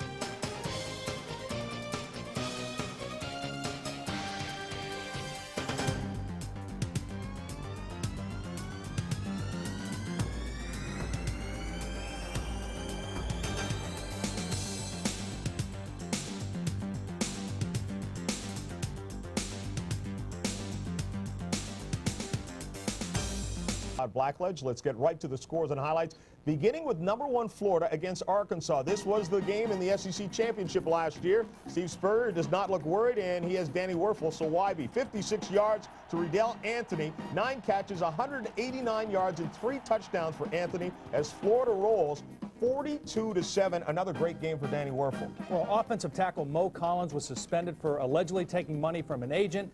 Steve Spurrier had to reshuffle the whole offensive line. Did not affect Werfel at all. As you can see, a career high 462 yards and 4 touchdowns. You see him moving up the career touchdown passes list as well, trailing now only David Klingler and Ty Detmer. Michigan against Northwestern. Northwestern got him last year, went to the defense again. Scott Dreisbach gets nailed here. Fumbles, it's recovered by Northwestern. Michigan up 6-0. A lot of defense in the first half, but Michigan struggled on offense. Michigan really controlled the game in the first half, could only muster 3 field goals and a 9-0 lead. That kept the lead from getting insurmountable for the Wildcats, but you see here Dreisbach did get it going in the third quarter. A nice pass to Ty Streets, who had a huge game for the Wolverines. It was 9-0 at that point. Chris Howard then from 3 yards out gives Michigan a comfortable 16-0 lead. Lavelle Brown, though, 3-yard touchdown run. He goes in. 2-point conversion is good. It's 16-8. Steve Schnurr, key play here. 4th and 9, and he picks up the first down with a 10-yard pass to Brian Musso. And then, with time winding down, Brian Goins kicks his 39-yard field goal, and Northwestern scores 17 points in the fourth quarter of play to knock off Michigan 16-17. Darnell Autry, 30 carries, 107 yards, 18th consecutive game over 100 yards. Dwayne Bates, 118 yards receiving. And we mentioned the fourth quarter. Over the last 2 years, Michigan has been outscored 27-0 in the fourth quarter by Northwestern. And Brian Goins says it was the type of game he had dreamed about. This is exactly what kickers sit around and dream about. This is the big game, you know, big game for both teams, and we came through with an opportunity to give me a shot. And, you know, you have dreams about making them, and you have nightmares about missing them, and I'm glad that I'll be able to sleep tonight. No nightmares on this one. Northwestern marches on, knocking Michigan from the ranks of the unbeaten. Rutgers against Syracuse, a game in the Big East. Syracuse started the season stumbling with 2 losses. Donovan McNabb, though, is outstanding, and he finds Roland Williams 7 yards on this touchdown. Syracuse opens up a 7-0 lead. That was enough. They roll 42-0 as the final, 10 straight over Rutgers now. Donovan McNabb only played in the first half, 153 yards through the air in the touchdown and 53 yards on the ground and a touchdown. Minnesota against Purdue. Corey Sauter's pass is deflected by Greg Nelson and then picked off by Derek Brown, who takes it 59 yards on the return for the touchdown. Purdue gets on top 7-0.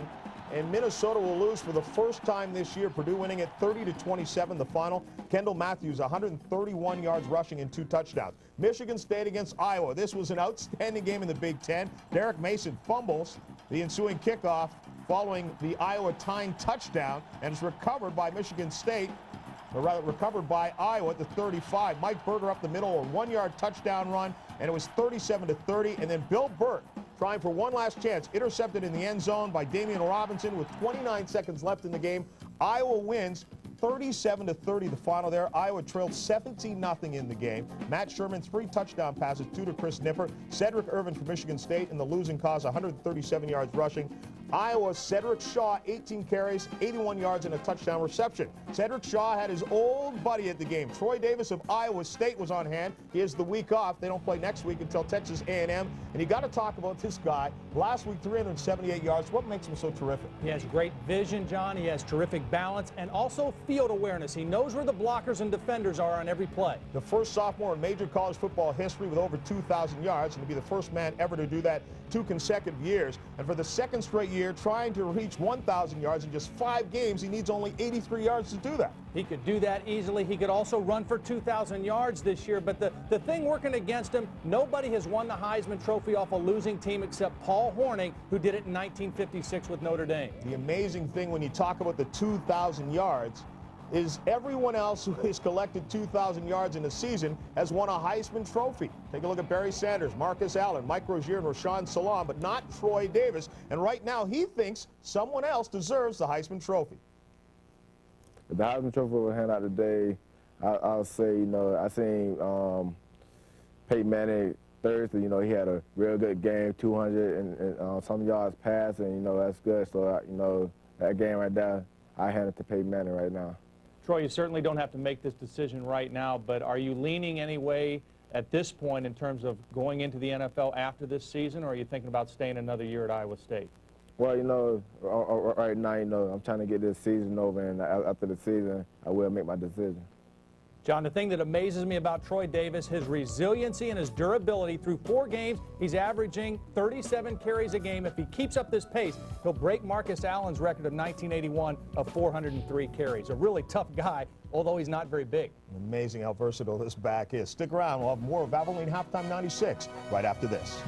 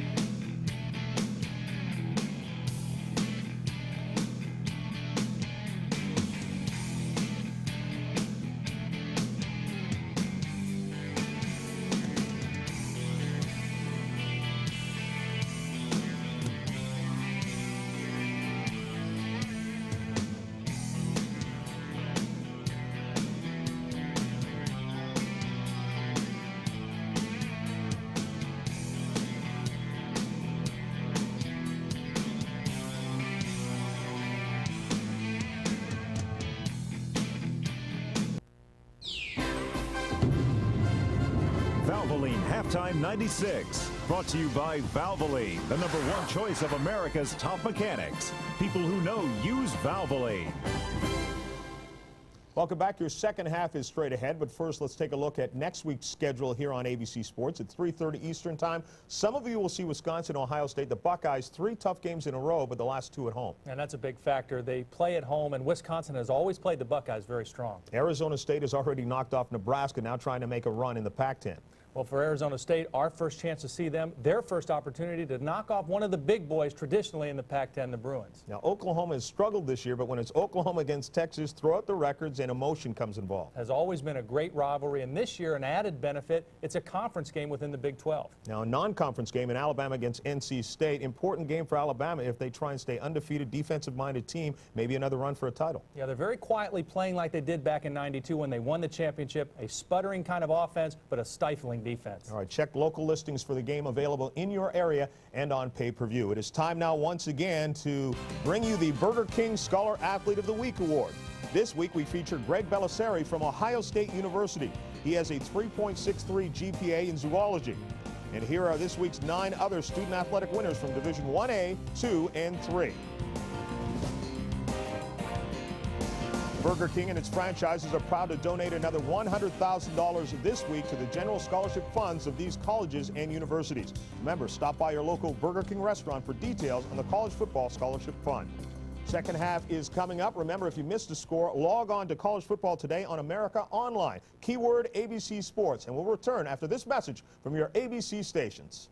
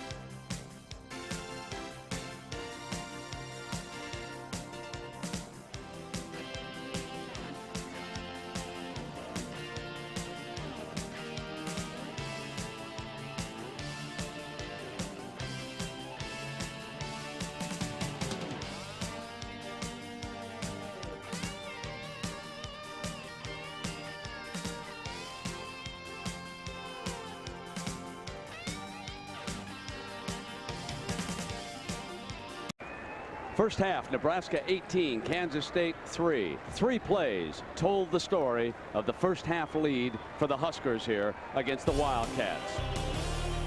We had 1 touchdown. The eye toss, Makovica leading the way, and Green trotting into the end zone. But it was the kicking game that failed Kansas State. 1 tackled punter and another blocked punt by Warfield. That set up a field goal. And what a first half of kicking for Chris Brown, the sophomore from Texas. He nailed 4, 45, 27, 28, and a 50-yarder, the longest of his career. Reason to be excited.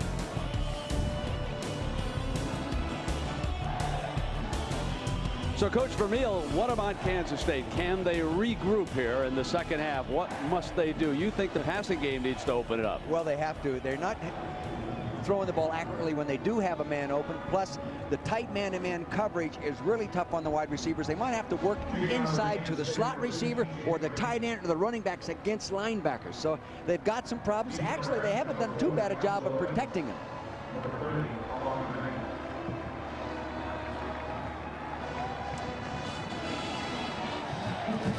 So Nebraska with the first series coming up here in the second half.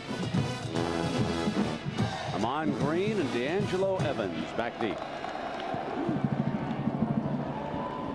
Out of the end zone, and they'll bring it up to the 20-yard line. It'll be Scott Frost.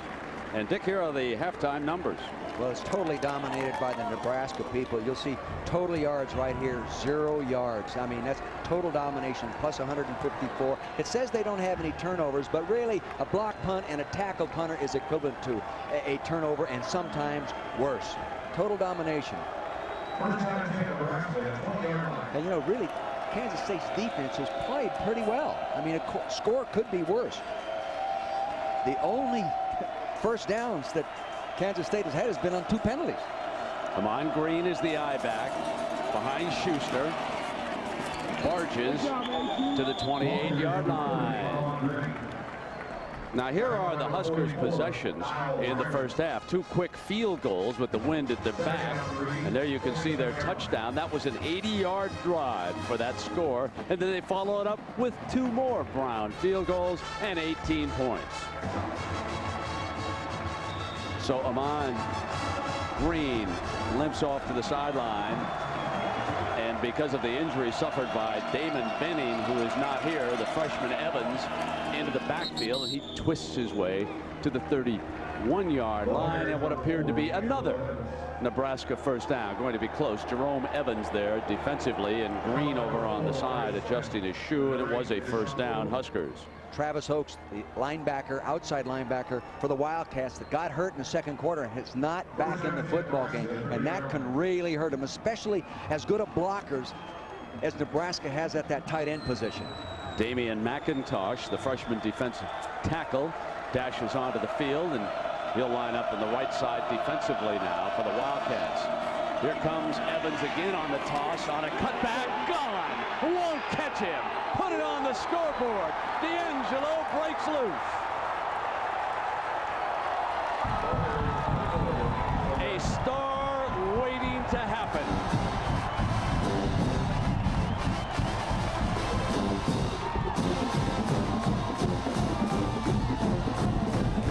Get outside and turn the corner and break up through like that, people at the point of attack have to be doing a good job.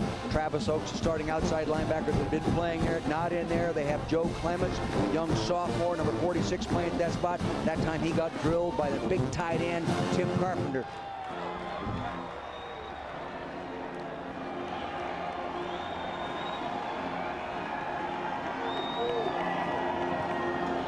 Chris Brown adds the point.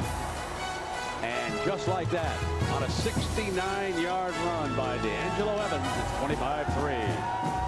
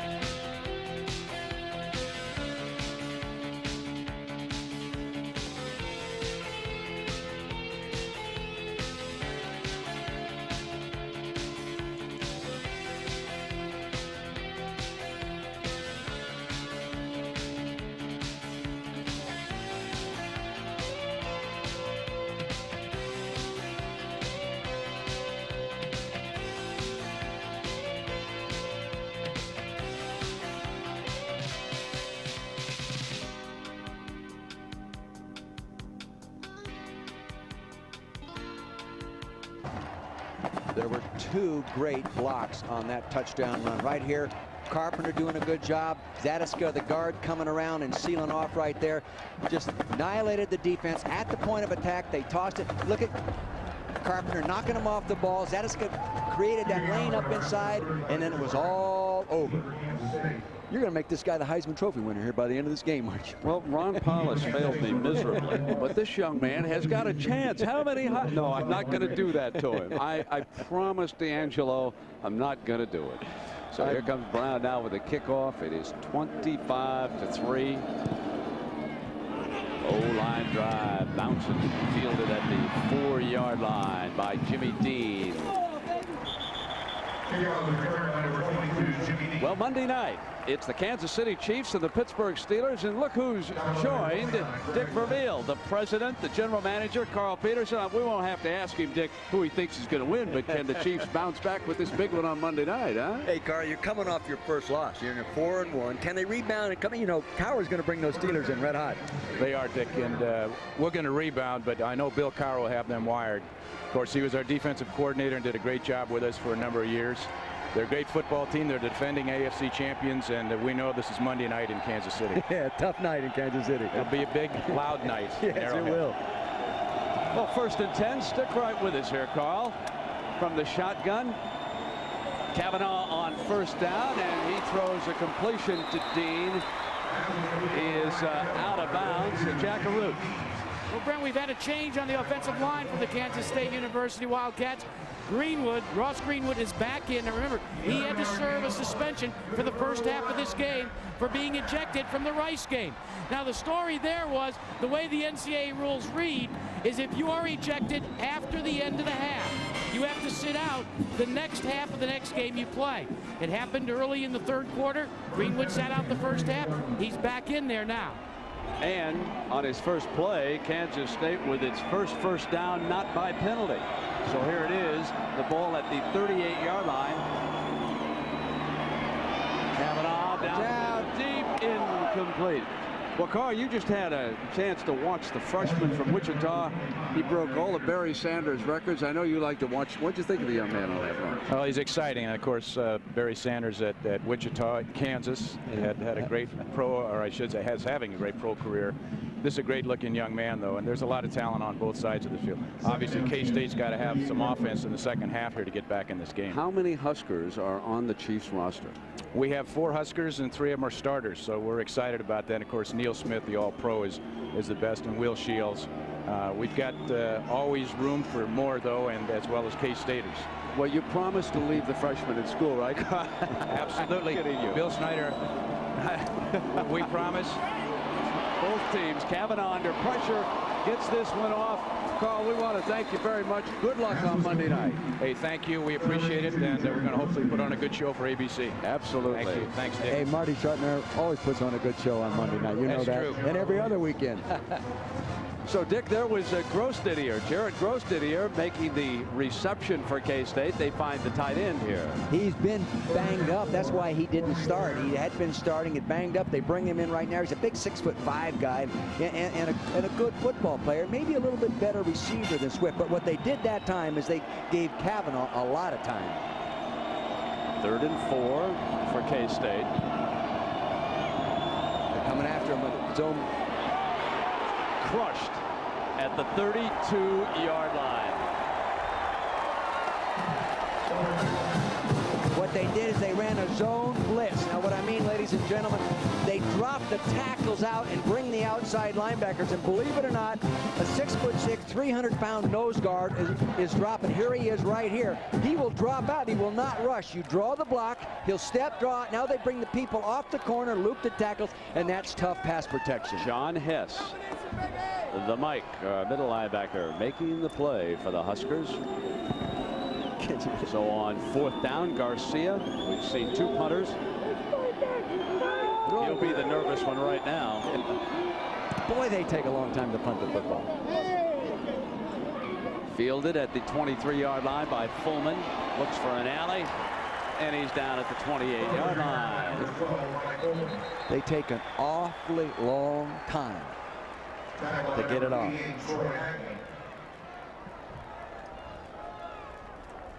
Penalty flag thrown at the 46-yard line. Referee sorts it out.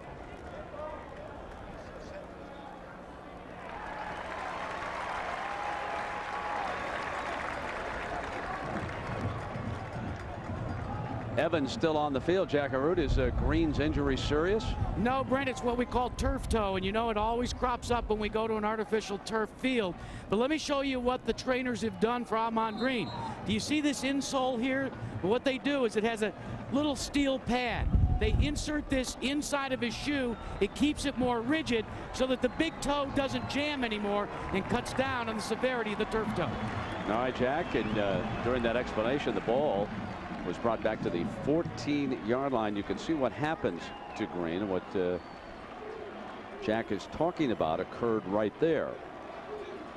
You know, and that, you know, that can linger through a season. Believe me, we've seen that, and I've had the experience with players that get that. It can bother you for a long time. They came here without their number 2 running back, Damon Benning, that's banged up and couldn't make the trip this weekend. They can't afford to lose him. So now Schuster, the fullback, he's in front of Evans. Osborne and his staff with a 25-3 lead. They will start to work on the clock. They got a huge split at the right guard position there. Maybe going to try to run in there. Yeah, they are. Evans steps to the right. You could see that from up here. Many times a defensive player can read that big split and step up in there and fill it.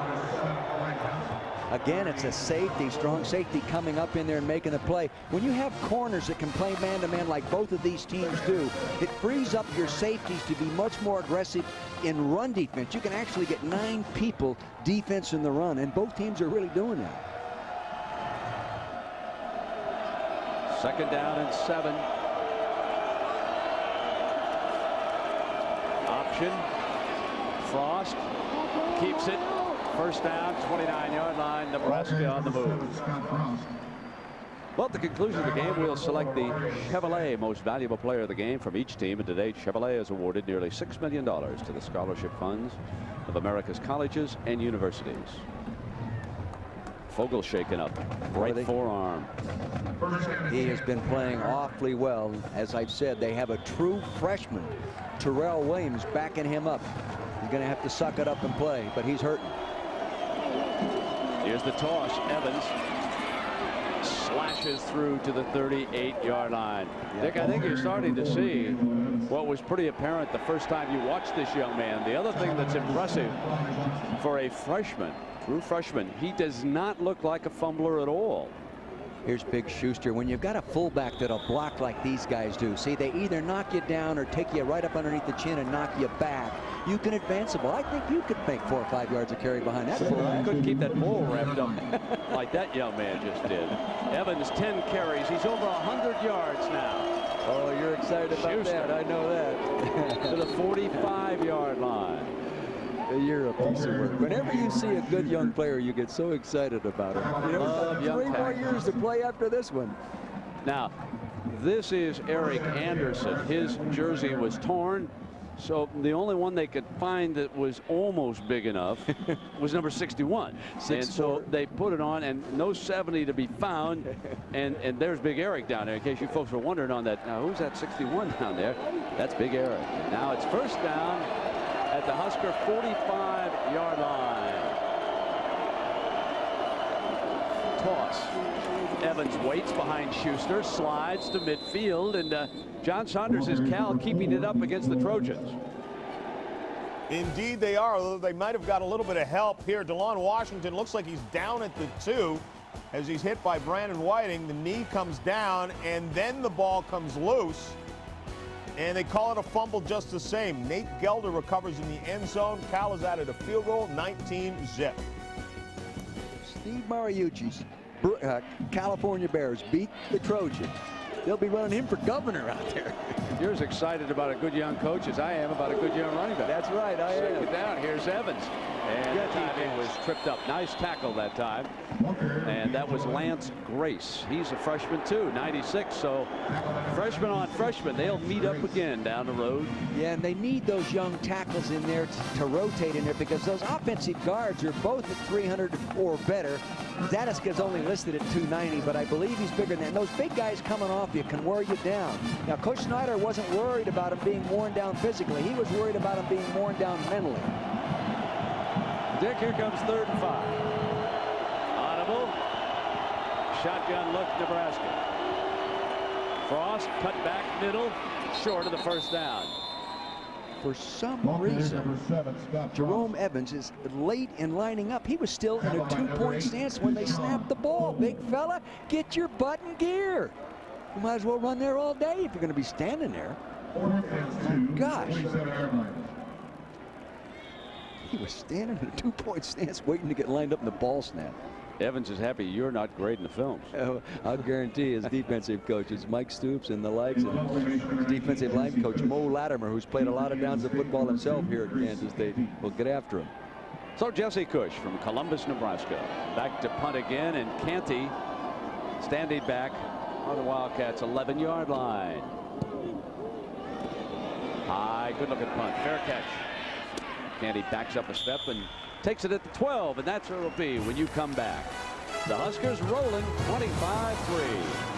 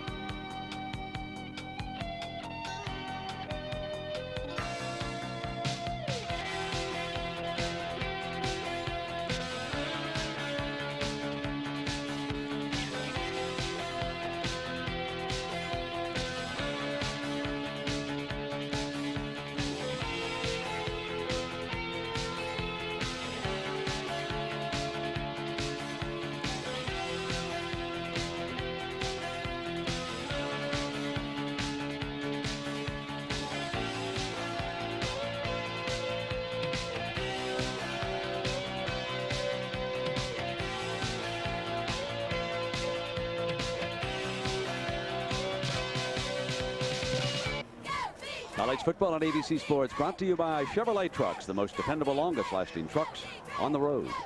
And Burger King, where you can get your burger's worth. Jack Arute and Dick Vermeil, I'm Brian Musburger. Manhattan, Kansas on a lovely Saturday afternoon, but it is all red and not purple here so far. 25-3. The Huskers with the lead. Kansas State with the ball now. Brian Cavanaugh, the senior from Naperville, Illinois, continues to call plays at the line of scrimmage. Justin Swift, 86, is a stand-up tight end. I-back is deep, and on a roll, Cavanaugh play fake, lots of time, right side, intercepted at the 31-yard line. Ball is picked off by Michael Booker of Oceanside, California. And Booker out of bounds, and a penalty flag now is thrown after he was out of bounds. What he tried to do after play action, he had a lot of time, the nice play action, he gets out there, it's a two-man pattern, and he tried to get the ball over the top of a defender. He got it over one, but not the second one. They were layered underneath, in front, and behind, and he couldn't do it. Last year, Michael Booker picked one off against Kansas State. He likes playing against these guys.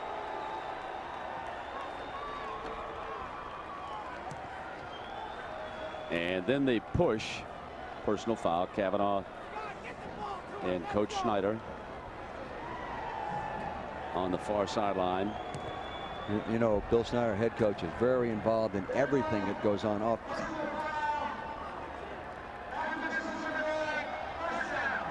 Everything that goes on offensively and defensively, but it really is, you know, a former offensive coordinator, the 10 years at Iowa, and did a lot of great things offensively, and they've been moving the ball offensively prior to this football game, but they haven't met a defense like this one. Oh, what a fine, fine football coach. He is, I really think he has redefined what great preparation, great detail is all about in coaching for the college level. It appears as though Jay Sims has checked in at I-back. And we get confirmation that's who it is. Fake to him. Frost in zone. Almost intercepted by Canty. He doesn't normally drop one when he has his hands on it like that. You know, in the man-to-man coverage, they run the play action, but the safeties now are sitting back there a little bit more cautiously, and Clyde Johnson was sitting there, and Canty just fell right off back inside there too. Here comes big Chris Dishman, 6'3", 310, at least 310. Where's the beef? There he is, right there. Didn't get his head shaved. What's wrong with him? Two tight ends. Slot left for the Huskers. Here's Sims. Great ball. Frost picks it up. And he's buried at the 17-yard line. He's helped up by Canty. Good change-up call. They brought the outside linebacker. That's 42, Mark Semino, coming in there. He'll appear right to the right side of the screen. There he is. He whipped the blocker, got there. They tried to pick him up, but he was coming at full speed ahead, and wham, he makes the play. Good change up with the defense. They don't like the blitz too much against Nebraska. Sims is replaced by Evans.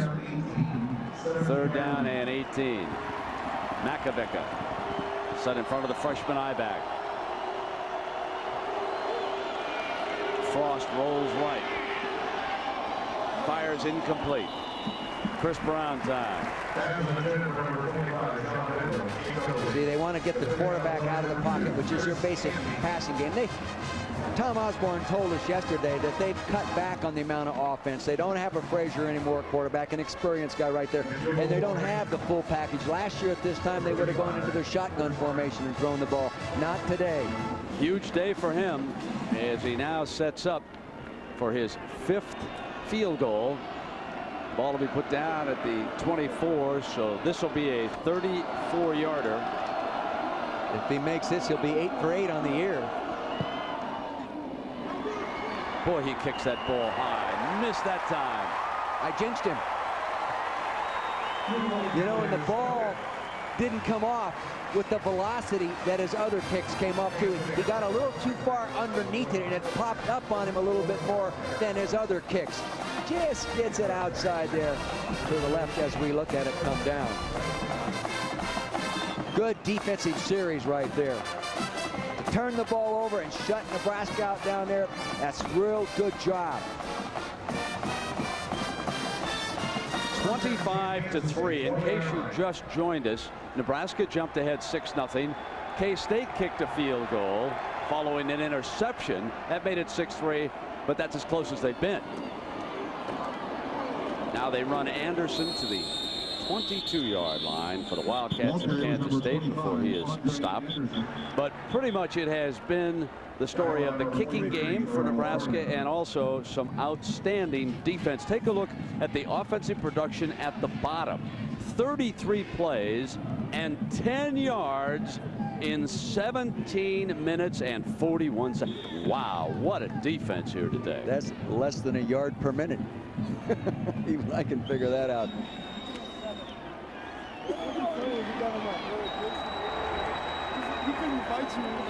Some of the great ones down there. Terrell Farley rejoins the starting unit. He's played big. Now they come off the corners this time, and a good call as Anderson, who's got a little speed, runs to the 36-yard line out of K-State. First down. You know what they did is they caught him in an outside linebacker blitz. Here you'll see him coming from the outside to your left side of your screen. He'll be coming here, and they'll get up underneath the blitz. There's the blitz there, and he gets back up underneath it. Good running adjustment by Anderson. And as I said earlier, he's a receiver that they're training to be a running back in high school, not in college. Now watch the black shirts sit down. 4 down, 2 in the gaps. Safety up pressing. At the line, they run the end around. D's going nowhere.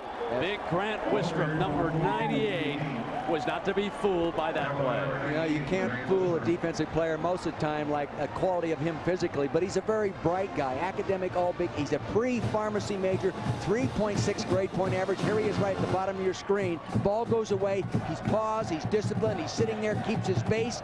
Nice job of good, intelligent football play. And he delivers an 11-yard loss. That's his prescription. That time for Mr. Wistrom. There's their average yards per rush. 2nd down and 21. 4 rushers. Down the middle goes Kavanaugh. It's intercepted at the 30-yard line on a ricochet. Number 22, Ralph Brown, picks it off. Brian Kavanaugh is throwing the ball, hoping it's going to be complete. Brent, there was a free safety sitting down there all the way down. You'll see the free safety right back here on your screen. He's sitting back there. You should be able to throw a post pattern down inside there like that with the safety sitting there. Here it is. He'll come from the left side of your screen. Boom. He's just waiting for it to come down. Really wasn't double coverage, just good safety play all the way. Should not off Eric Stokes' hands. He touches it first, and then there's Brown, the freshman, making the pick. Fullback Makovica to the 35. And let's check in with John Saunders and the Burger King play of the day. Well, thank you, Brent. It could only be from your alma mater, Northwestern against Michigan. Brian Goins with 13 seconds remaining, 39-yard field goal, part of 17 unanswered points for Northwestern in the 4th quarter as they beat Michigan 17-16. That's your Burger King play of the day, Brent. All right, John, and here Nebraska with a handful of outstanding plays, including one by this youngster. Angelo Evans now dances his way to the 44-yard line. That's a 9-yard gain and a 1st down. Jack, what's the latest on Dishman? Well, Brent, what he did is on his right hand, he jammed his thumb backwards. So now the staff has taken the glove off. They've iced it down. They taped it back up. Chris was in a very, very big hurry because he wanted to get out for this offensive line. But they said, just wait this one out. We'll send you back in. 4 minutes and 5 seconds remain here in the 3rd quarter. Frost going to have to back up and go the other way. Outstanding runner. And Frost is thrown down at the 49-yard line by Canty. Very good outside linebacker play. The outside linebacker, that's Oaks back in the football game, and he worked upfield, and they couldn't get outside, forced him to run what it amounted to was a delayed quarterback reverse. Johnson, the strong safety, is injured on the play. Dick, let's go back to the top of the broadcast. The first question I posed was that we had a very interesting matchup of quarterbacks. Here we had Frost coming off that terrible loss a couple weeks ago for Nebraska down at Arizona State. He'd beaten Colorado State coming to this game. Kavanaugh, the veteran. Assess the two quarterbacks' play to this point in this game. Well, of course, Kavanaugh has not thrown the ball well at all, regardless. And he's had some guys open. He's missed them. He's made some poor decisions in throwing the ball downfield for interceptions. Now, Frost has thrown the ball adequately, not great. He's had some opportunities to make some bigger plays, but he has a better supporting cast around him because he, too, can run the football. Right now, as we've seen all through the ball game, Kansas State hasn't been able to complement the passing game with any kind of run. If you go back and look at a box score of that Arizona State game, the one thing that Arizona State did with a very disappointed Brian Kavanaugh watching is that Jake Plummer scored first. Oh, here's Evans. Penalty flag down. He flashed through that hole to the 39-yard line, but a penalty flag was thrown by the linesman as he checks in now with the referee. But when you go back, when you get ahead of a team like Nebraska, which has not had a lot of experience throwing the ball, it was an entirely different kind of ball game than what we've seen here. Defense declined. That's declined. Evans' gain stands, and the yards continue to pile up for the freshman. Here's a nice job of what we call zone blocking principles of a center and guard coming off together, and then the center. Now the center playing in there right is Heskew because they moved Aaron Taylor to left guard. But good coaching there by Milt Tenoport, teaching those linemen how to zone block people. Two guys on one, then come off on the second guy. Good technique. The ball at the Kansas State 39-yard line, and Frost makes the call at the line now. Trap. And it's Makovica. Bangs to the 34-yard line. That's a gain of 5. You know who has played well defensively is Mark Semino. He has done a real good job. He's a redshirt freshman outside linebacker, and that time he just flashed into the play, and I've seen him do it about 4 or 5 times in the ball game. He's been playing awfully well. His brother Jeff was the starting nose tackle at Kansas State in 1992, so he has some pride in his school, and he's demonstrating it right now. 2nd and 5. Evans on the toss. Cuts back and brought down at the 31-yard line by Jerome Evans. You know, Jerome Evans did a real nice job from the backside defensive tackle position that time. They were running all the way across the field away from him, and he came right down the line of scrimmage. He had blockers on him. He whipped the blockers, and he made the play. Nice job, Jerome. Kenny Cheatham brings the play in from the Nebraska sideline, and he will split out to the left. This is a 3rd and 3 for the Huskers. Nebraska 25, Kansas State 3 here in Manhattan. Evans busts away, moves to the 29-yard line. You know what he saw? He saw the linebacker attack the point of attack in football, and he, without even thinking about it, his feet did what his eyes saw, and he bounced right to daylight. Did an awfully nice job of doing that. See, he saw that linebacker coming. No one told him he was coming. He just saw it. You can't teach the great ones to bounce. They've got that instinct. Jack Root. Well, Brett, you know, we've been watching Nebraska for so many years and impressed with their offensive line. Not only how big they are, but consider also just how fast they are. Well, there's a reason for that. Their weight training, their dietary training, and most importantly, the 10-yard dash is so very important at Nebraska, not only for the whole team, but specifically for the offensive line. They time the 10, and it's a mark of honor if you can be the fastest in the 10. Why just 10 yards? Well, the coaches feel that's where you need optimum performance when you're a big, ugly lineman. Yeah, you got to beat the others to the chow table. Got to get there. 1st and 10 for the 29-yard line. Evans, and this time it is jammed up, and he battles his way back to the original line of scrimmage, so he doesn't go down easily for a freshman either. Well, he's got that low center of gravity at 5'9", 210 pounds. You know.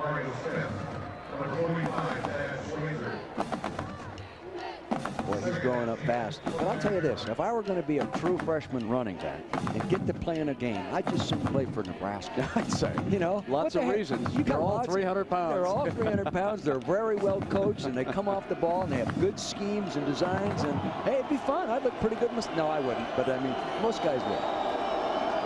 2nd down and 10. Option look, and Frost will keep it.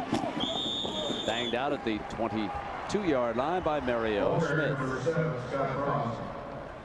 So Baltimore and the Yankees head for the American League Championship Series. A wild card makes it to the American League Final. The Baltimore Orioles playing well down the stretch to get a wild card berth, and now they'll go to the League Championship Series. 3rd down and 2. Husker line now is sort of dominating the line of scrimmage all the way across. Makovica, the fullback. A fake to Evans. Got a man in the end zone. Touchdown! Delayed call, but it was for Sean Jackson. The officials looked at each other to make sure that one foot was inbound. Well, he's the only tight end that really has caught a touchdown. But the tight ends have only came into this ball game with 3 receptions, and Rashawn had one of them. It was real good play action. At that time, Scott Frost demonstrated ability to throw the football, and I think that's what Tom Osborne just told him. He put a little touch on the football, laid it up over the top. Did a nice job. Coach, how about the fact that he waited just a fraction of a second too long? No, I think he was ready to read and get the air under the ball and lay it in over the top. Take your word for it. A split second sooner, though, would have been better. Good observation. Close out of bounds. There's the extra point now for Chris Brown. Jackson catches the touchdown. It's 32-3.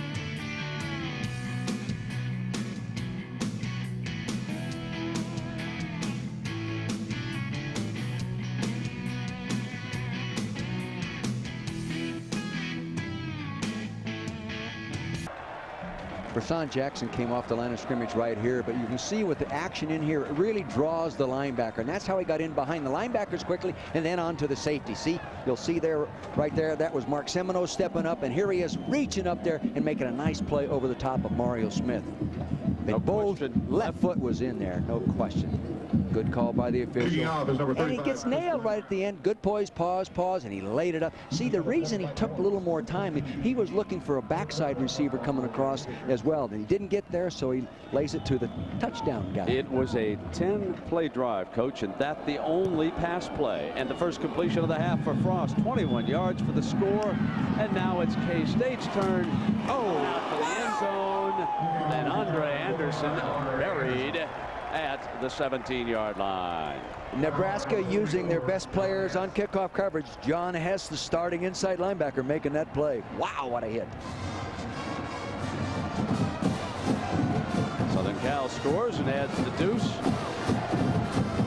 And Georgia Tech continuing to hold that lead on Virginia. That would be an upset. Final 38.9 seconds left here in quarter number 3.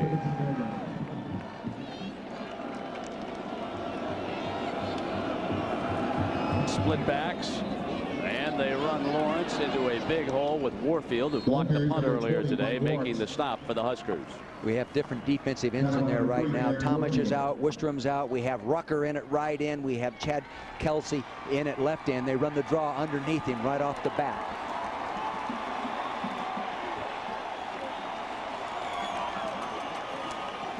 When Nebraska builds a big lead like this, they're able to use a lot of people, and it works out so well for them down the road as they continue to reload. Nebraska doesn't rebuild, they reload. And now the new quarterback is Jonathan Beasley as we come to the end of the quarter, and we'll be back for the final quarter. We'll look at Mr. Beasley. We continue after this message and a word from our ABC stations.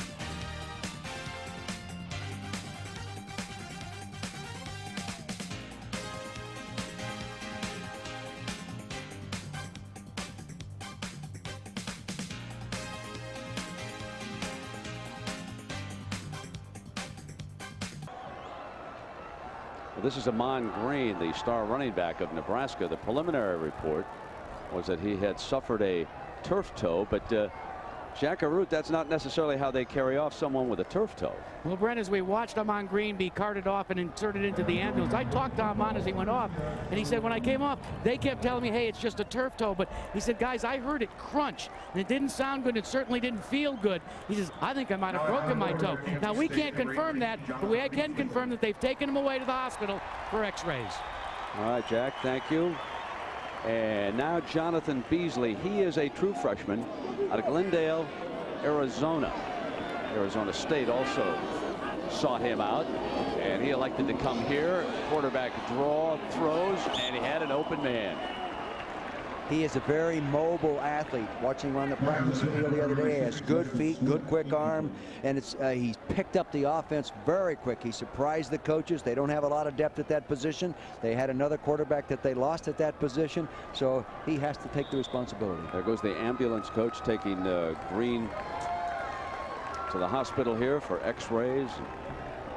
Nebraska fans holding their breath here. So it is 3rd down and 5. See, they can run the quarterback draw and that kind of stuff with this guy. And running away from it. Running for his life. And the only question here, Dick, is a freshman. Is he in over his head against one of the better defenses in the land? Now, this is 4th down, and they will have to punt in this situation. A lot easier, like Evans coming in as a freshman running back, than a true freshman quarterback stepping in against the defense like this. Plus, he doesn't have the same supporting cast. A lot tougher on him.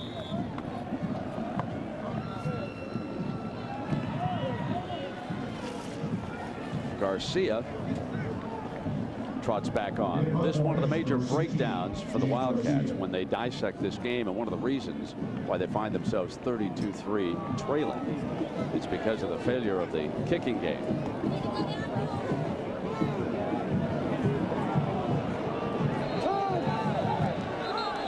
And did they take too much time? Well, they back it up and lose 5 more yards, and that, of course, would be another failure.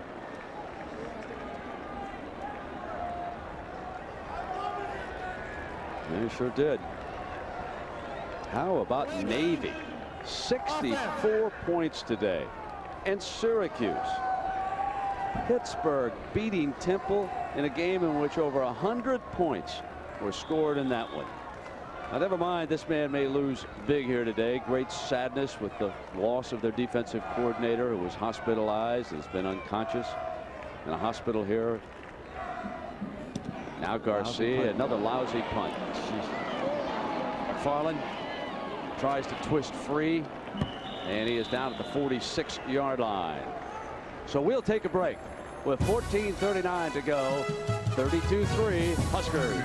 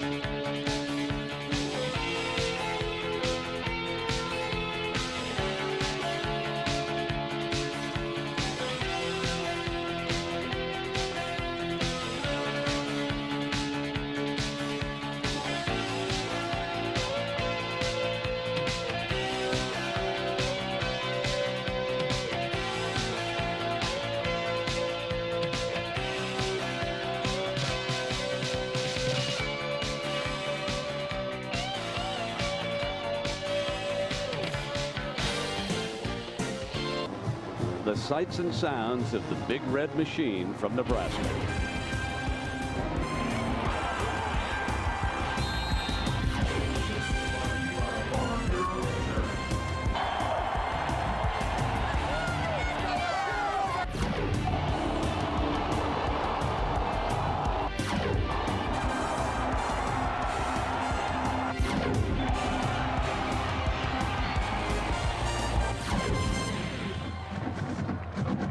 So now with 14:39 to go, a 32-3 ball game. Scott Frost brings the Huskers up at the Kansas State 46-yard line. D'Angelo Evans, who has rushed for 134 yards, is the lone running back. Coming right, beats the first tackler, comes down the sideline, freezes a man and gets to the 24-yard line. You thought I was going overboard. You thought maybe I was raving too much about it.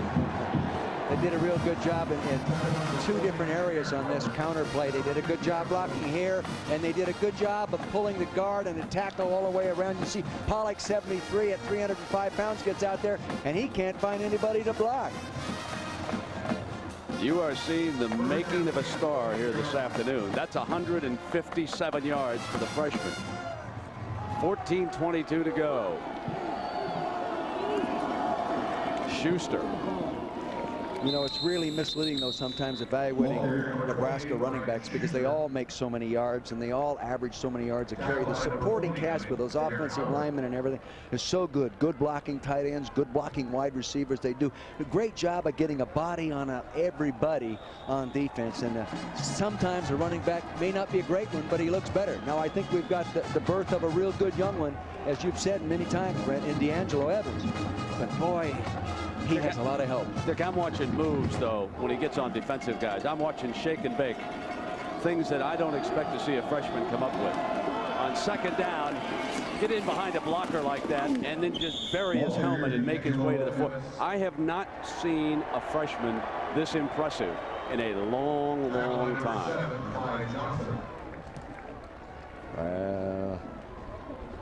He's going to be a good one. And he may be playing a lot more this year if I'm on Green's foot. You know, he goes out in an ambulance like that. It's not a good sign. Boy, Seminole going off the field. He has played well today. Third down and a yard.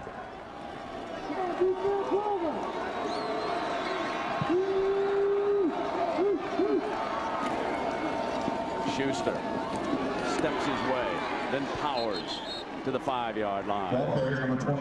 See, that time the key to that play was Corey Maikos did a real nice job. And, you know, their centers are always very good. And they've had a problem there right now. But John Heskew, a junior, comes off there on zone and then wheels back. So he comes off zone, protects that outside gap, then cuts and wheels back with his left shoulder and cuts off a defender, giving him that lane.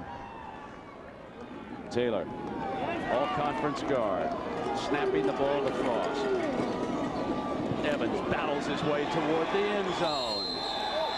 And he's got another one. Touchdown, Huskers. Oh, what a day for that youngster.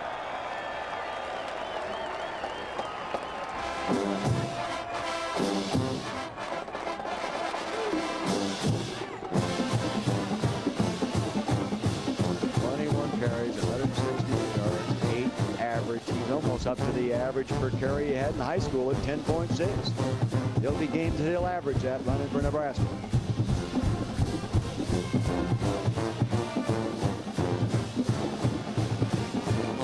Brown hammers the extra point. Rolling again. The Cornhuskers. His second touchdown.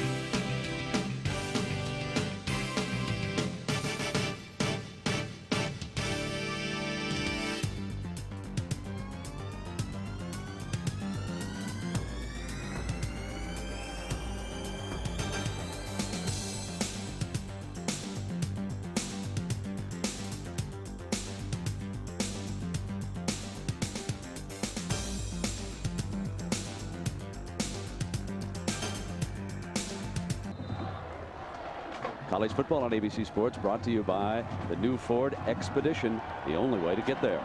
Chili's Grill and Bar, home of the Big Mouth Burgers. Brewery Fresh Budweiser, who reminds you fresh beer tastes better. And State Farm Insurance, like a good neighbor, State Farm is there.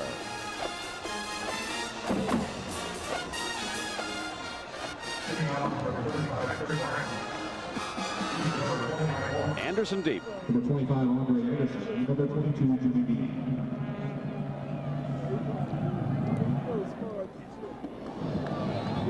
With that breeze, no chance. Chris Brown. Let's check in with John Saunders. John. Brent, Georgia Tech trying to hang on against Virginia and knock them from the ranks of the unbeaten. Joe Hamilton rolls out, tosses the pass. Stephen Phelan steps in front of it, comes up with the interception. Their second INT of the day. Now 34 consecutive games. Georgia Tech's turned it over 4 times. Brent. John, here comes Tiki Barber and friends for the Cavaliers. Keep an eye on them, partner. He's a good one, too. 1st and 10 here now for the Wildcats, who've been outmanned. This is their second quarterback, freshman Jonathan Beasley from the state of Arizona. Gets time, throws underneath, complete to Lawrence, the running back. Jack, tell us a little bit more about Beasley. Well, Brett, they list Beasley at 210 pounds, but Jonathan arrived here in Manhattan weighing in, can you believe this, 236 pounds. It seems that what happened is he was on an all-star football team that traveled throughout Australia, and down under, he packed it on. And they tell the story that when he got here, he showed up in the quarterback room, and they said, no, you belong in the lineman, with the lineman. But he's back down to 210 now, and he's got the controls. Some of the Outback steaks, baked potatoes, butter, sour cream. A lot of butter putting on that much weight. 2nd down and 5 for Beasley and the Wildcats. And Lawrence holds on to the ball. You know, makes about a yard. Adding to that story, I had a chance to visit with him the other day, and he told me he was accused of putting it all on just on that trip, but he said he worked pretty hard on it prior to that trip too. He was enjoying himself, getting out of high school and partying. And I know a question Nebraska fans want answered. Can the Huskers come back and win a 3rd national championship under Tom Osborne with 1 loss?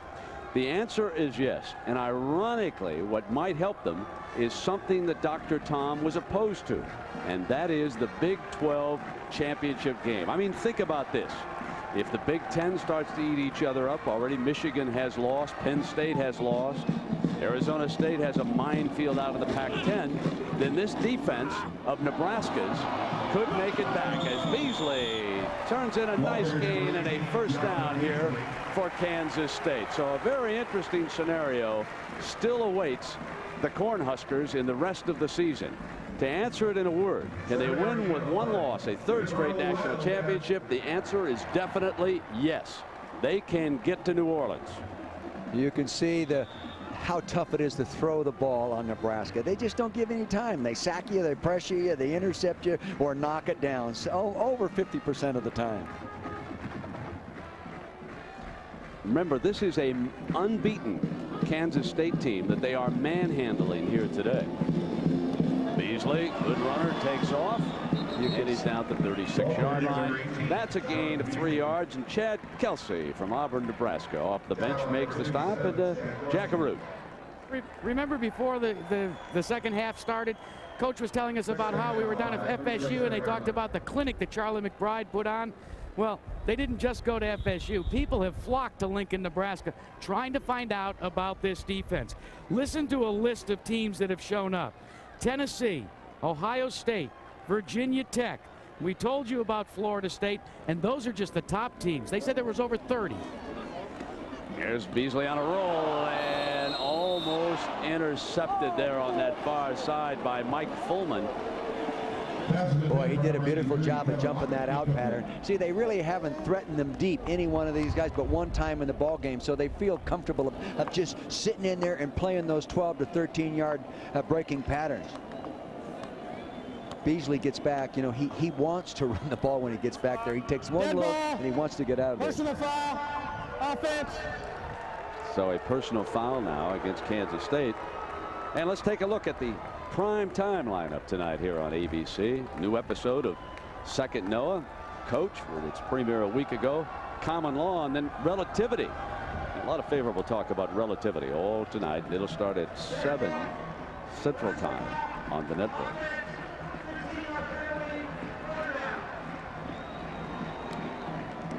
So with the personal foul, the ball is going to be brought back to the 22-yard line. This is a 3rd and 21 for the youngster.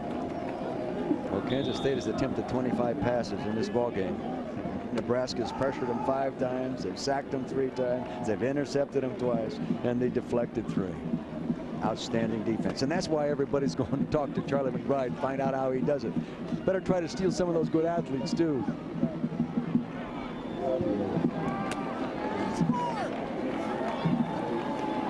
Beasley fires on the slant. Dean trying to break free, and he is down at the 34-yard line, short of the first down. And so Kansas State forced to punt again, and this time I believe it's Romano. So we've had shuffling punters for Kansas State here today.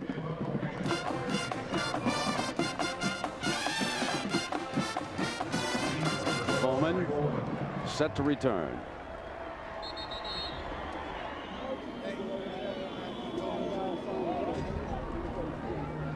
Now Warfield comes in. Nebraska may not have had 11 men on the field. That can happen when you get a big lead and you start shuffling your defensive players around. Keep in mind that Warfield, who's a starter on defense, is also on that punt team. So he was over on the sideline, and he just sort of assumed, which you should never do, that they were going to send somebody in for him, and he's kind of dozing back there talking to his teammates. He'll hear about that in the film session, as now they have 11 men on the field. I'll tell you what, we found a weakness. In the 4th quarter, they only put 10 guys in the field once. Now, Florida State goes later tonight against Clemson. We've told you about that game on ESPN. The Buckeyes winning big. They're going to hold the fort. They even jump depending on what happens to Florida State. The Gators win again. Penn State falls back. Arizona State, Boise State. That should be an easy W. Michigan falls. Nebraska with an impressive win. So regardless, they are going to move at least 1 spot and probably vault past Penn State. So we are now talking about a Nebraska team, because they didn't fall too far after the loss to Arizona State. I think that was absolutely critical. Now in the bottom 10, you can see Virginia having, or I should say the next 10, not the bottom 10. Virginia with their hands full, losing to Georgia Tech, USC being upset, Washington going later against Stanford. That's a team that could move up in the Pac-10. And now you see Northwestern, they'll probably jump into the top 20 with that very impressive comeback against Michigan. And don't overlook the Utes, folks. I mean, that team's exciting. You get a chance to watch him. You watch Coach McBride, and you watch Dan Fouts' nephew. He can light it up. 9:43 left here in the 4th quarter. Little yellow flag over here. But I think Nebraska fans are going to find themselves sitting real pretty next week. And deservedly so, Brent. This is an excellent football team. And see what they've got. The ability from a defensive standpoint to play tight man-to-man coverage. And college teams do not handle that kind of coverage very well. They don't see it very often. And they've got the great pass rush. So if you hold the ball, they sack. Don't bet against Nebraska playing the champion of the state of Florida for the national championship. Romano in trouble again. It's a good thing that I believe Mr. Farley was watching that punt. He'd have never had a chance again. Takes a bounce and a little bit of a gamble there. A little bit sloppy out there, but they put it down the 46-yard line. Timeout in Manhattan.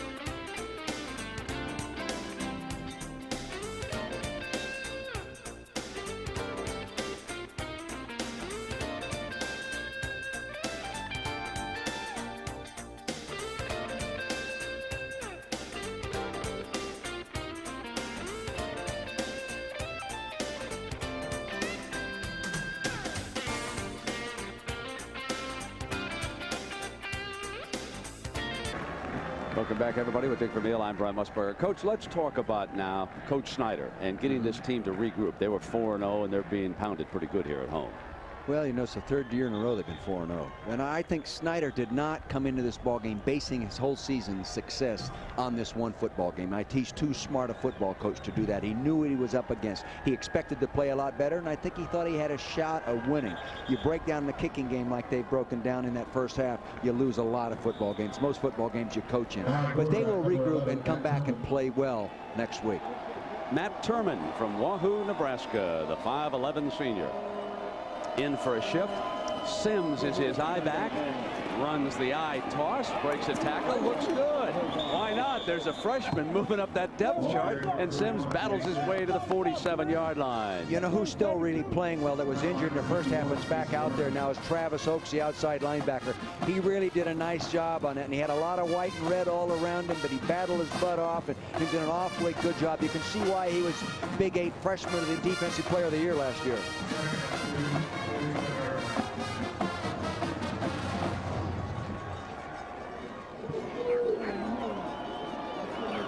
Second down and 2. Oh, and the fullback is stopped short of a first down. Let's check in now with John Saunders. John. Brent, USC trying to mount a comeback against Cal. 4th and goal at the 7. Brad Otten spots Rodney Sermons. He has the touchdown. They kick the extra point, now trail by just 7 with about 4 minutes to go. We'll keep you up to date on that one. Another upset brewing. Georgia Tech trying to hold off Virginia late. Brent. John, two very interesting stories unfolding there. Don't bet against Mr. Brad Otten. If he gets the ball late and starts downhill, he got pretty good deep arm partner. Sims on a cutback. Short of the first down. In fact, that's a loss of about 3 yards.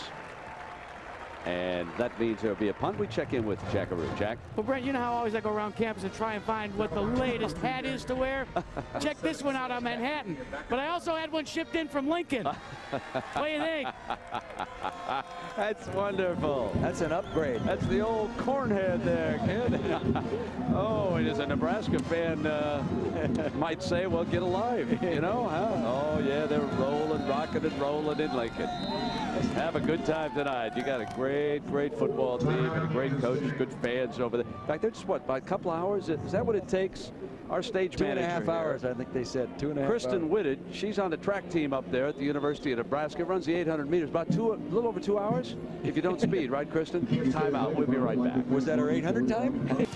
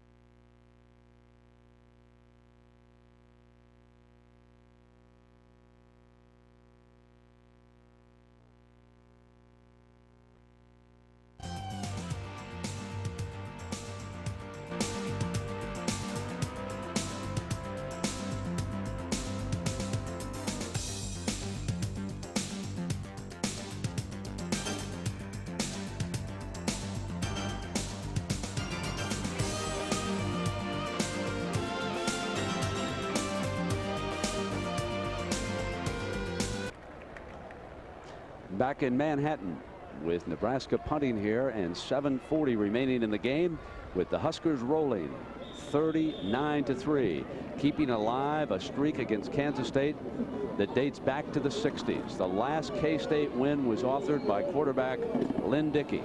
Cush punting again here for Coach Osborne. And into the end zone where it'll come out. on the 20-yard line. So let's take a look at the ABC Sports football schedule next week. Ohio State, the Bucks rolling. Arizona State, how good are they? Oklahoma and Texas. Alabama goes in to play North Carolina State. Regional coverage, 2:30 Central Time. We'll take the air, and of course the game you're not seeing in your area, you know, call your cable operator, get your hands on that little dish, check them in, and also John Saunders will have the highlights of all the other games and the scores as the day unfolds. Well, here's young Beasley here, Mr. Vermeil. Well, he's not facing the same people on defense, so it's a little bit easier to look better. He's getting a little time. He sets up and throws a good curl pattern about 5 feet over the top of a fine wide receiver who didn't get to demonstrate his abilities today, Kevin Lockett.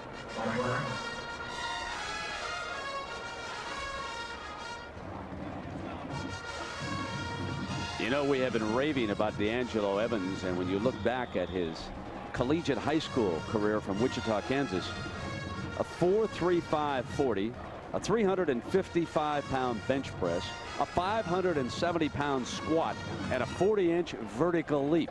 I mean, that young man came with some ability, didn't he? And he said, I've always loved Nebraska. It was an easy choice coming here. Notre Dame and Penn State also went into the finals, but he selected Nebraska, and he exploded here today. Another freshman, Beasley, carries it on out for a first down, K-State. Real good job of a fullback picking up a blitzing linebacker. Matt Gangwish that time did a nice job of picking the guy up, gave him that little hole to get up inside there and advance the ball.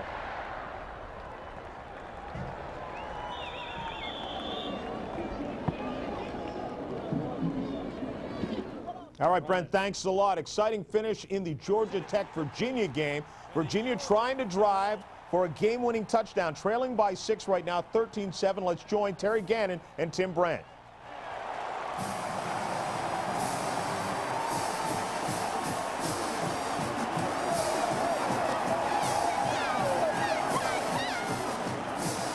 So George Welch comes out on 4th and 1 without Tiki Barber.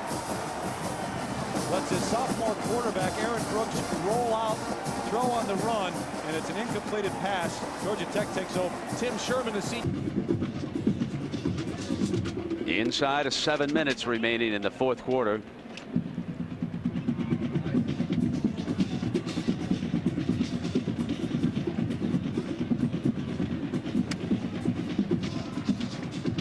So it'll be the shotgun look for Beasley here on 2nd and 10. Beasley battles to the 34-yard line.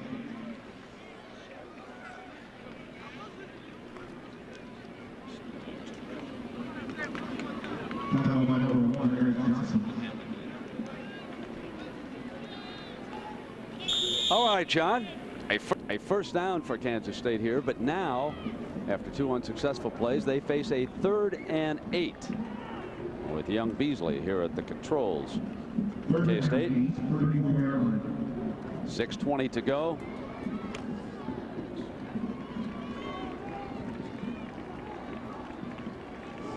Charles is the one running back here.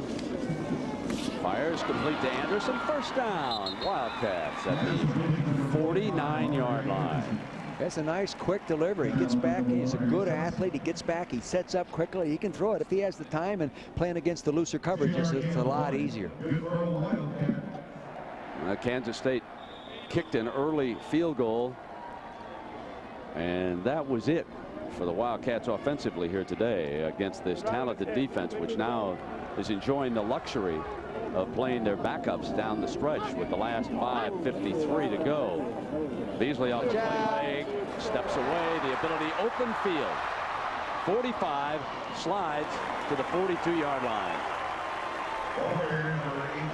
So Georgia Tech upsets Virginia 13-7. Good coach down there at Georgia Tech. Really turned that program around, Coach. He has done a great job. There's another good football coach right there. A little bit frustrated. Nobody's immune to games like this against Nebraska. Just when you think you might be close enough to knock them off, they jump up and say, hey, you might be a couple years away. And a legend on the other sideline. You know, he is the college football what I think John Wooden was the college basketball. That's all there is to it. He's built a great program with a great tradition. And as you said, you mentioned it, Evans wanted to go to school there. Absolutely. 5:17 to go, and we're coming right back.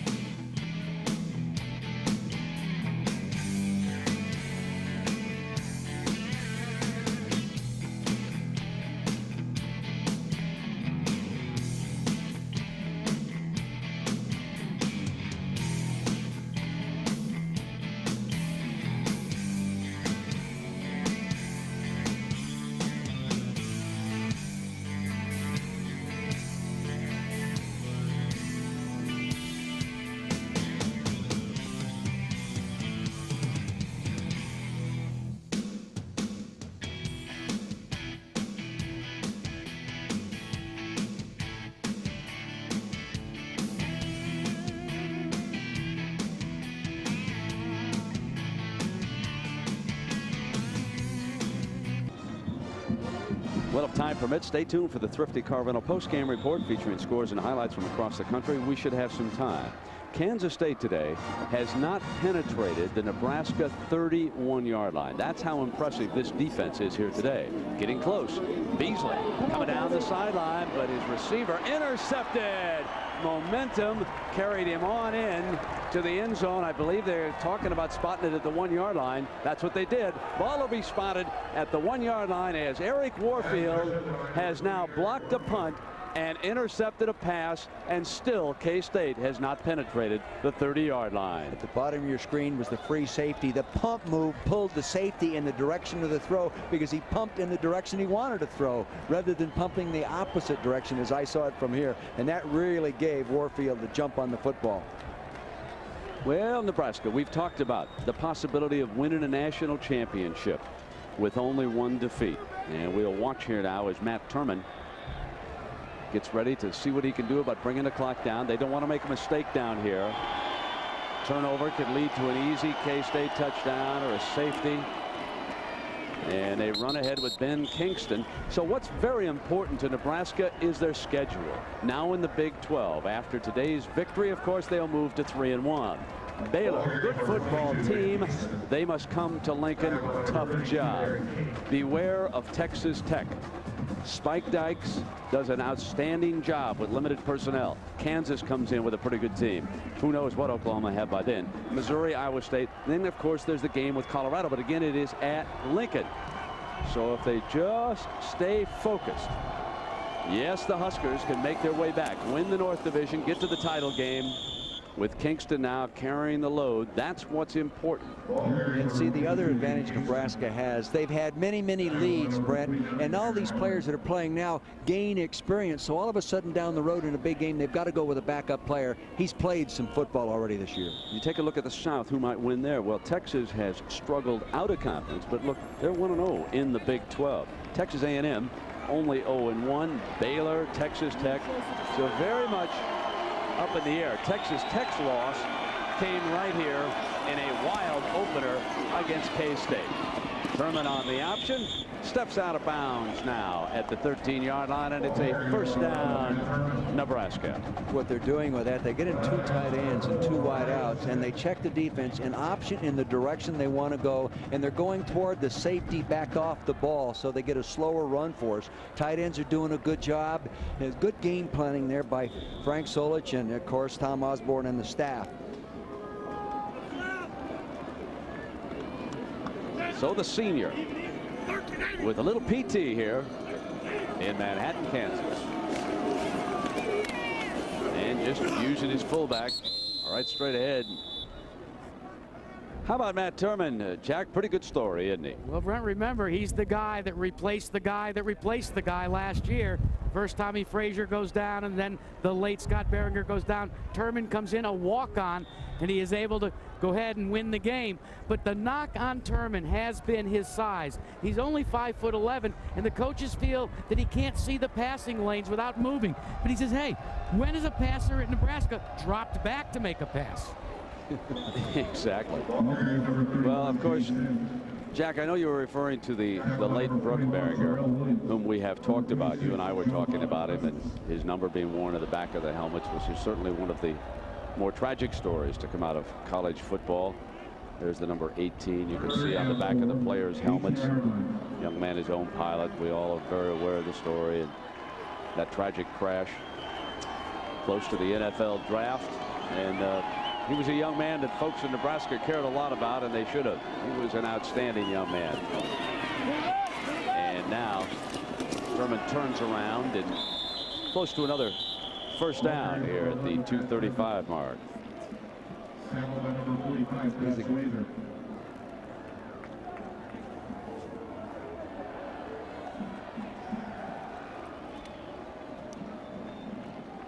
Scott Frost sitting on the bench, and when we visited with him yesterday, he said he really feels he's starting to get a feel of this offense, and he demonstrated it in some ways in the running game and handing off, but they did a good job of defense in the option.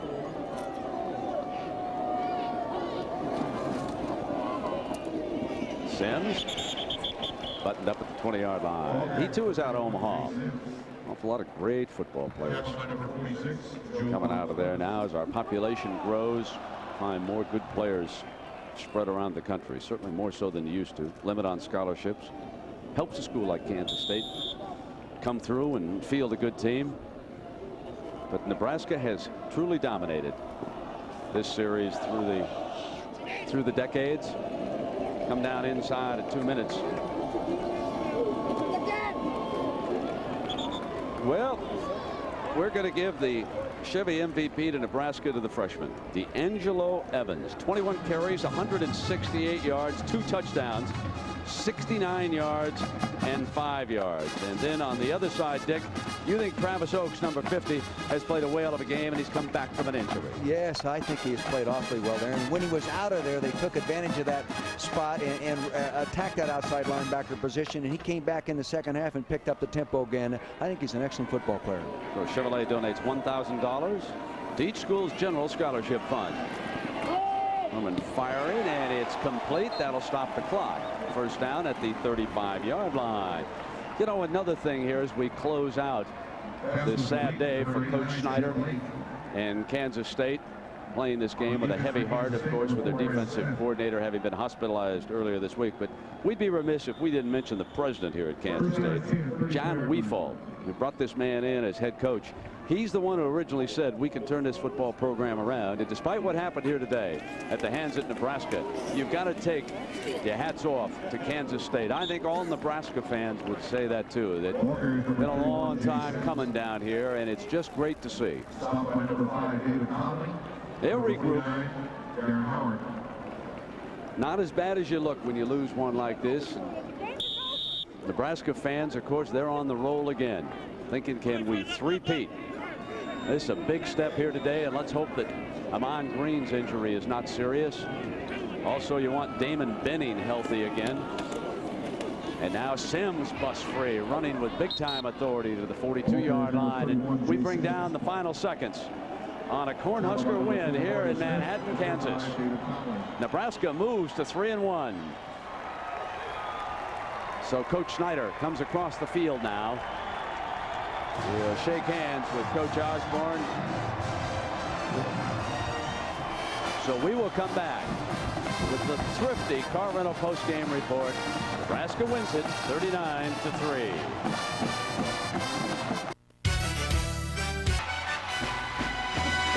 ABC Sports College Football presents a Big 12 clash between the 4-1 Nebraska Cornhuskers and the 4-2 Texas Tech Red Raiders. A look at one of the grain elevators that pierce the flat Texas plains. And High Red is ready to ride. as the Nebraska Cornhuskers ride into town with a 25-game conference winning streak. Good afternoon, everybody. I'm Mark Jones, and welcome to the 4th meeting ever between Nebraska and Texas Tech. Here at 4th and University Avenue in Lubbock, it's a hub of activity. Why? Well, it's building to a crescendo because we have a battle between two division leaders.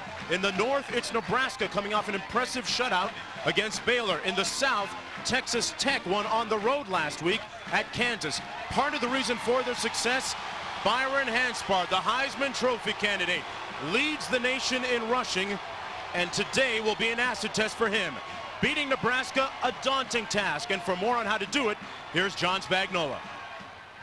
Mark, the Texas Tech coaches took a look at the Arizona State shutout of the Nebraska offense, and they saw a lot of similarities in their defense. Let's take a look at September 21st, 1996. Tom Osborne's first defeat in 2.5 years, and it all revolves around speed. Arizona State has it, and so does Texas Tech on defense. They have to get after Scott Frost and not allow him to operate the option in that area of the football field. Penetration kills the option. And right here, it caused a critical turnover in that football game. Then, when you shut down the running game, you have to pressure the quarterback and create sacks. 3 safeties in that football game, and of course, the shutout of Nebraska's high-powered offense. In order to beat this team today, Texas Tech has to shut down yardage on first down, force turnovers, and pressure Frost. Dean Blevins will be charting all of that for us this afternoon and give us a progress report. Mark? Nebraska has a long conference winning streak. Texas Tech has a long home winning streak. One of those must give today. The kickoff when we come back. Out of the air. No, not yet. Just a football falling from the sky now. That's Chris Brown's kickoff through the back of the end zone. And Texas Tech will start off on its own 20-yard line. Zebby Lethridge is completing just 43% of his passes, John, but that's kind of misleading when you look at the last few games. He's playing a lot better, completing 55% his last 3 games. He's a big concern because this is by far the most mobile quarterback this Cornhusker defense has faced so far this year. And I think to beat Nebraska, he has to create a lot of plays outside of the concept of the offensive plays. On the other hand, he can hurt this team by trying to do too much outside of the offense, too. That's one of the things that head coach Spike Dykes has to look out for. Texas Tech has a very fast pace and tempo on offense, and they come out on 1st and 10 with 4 wideouts. Byron Hanson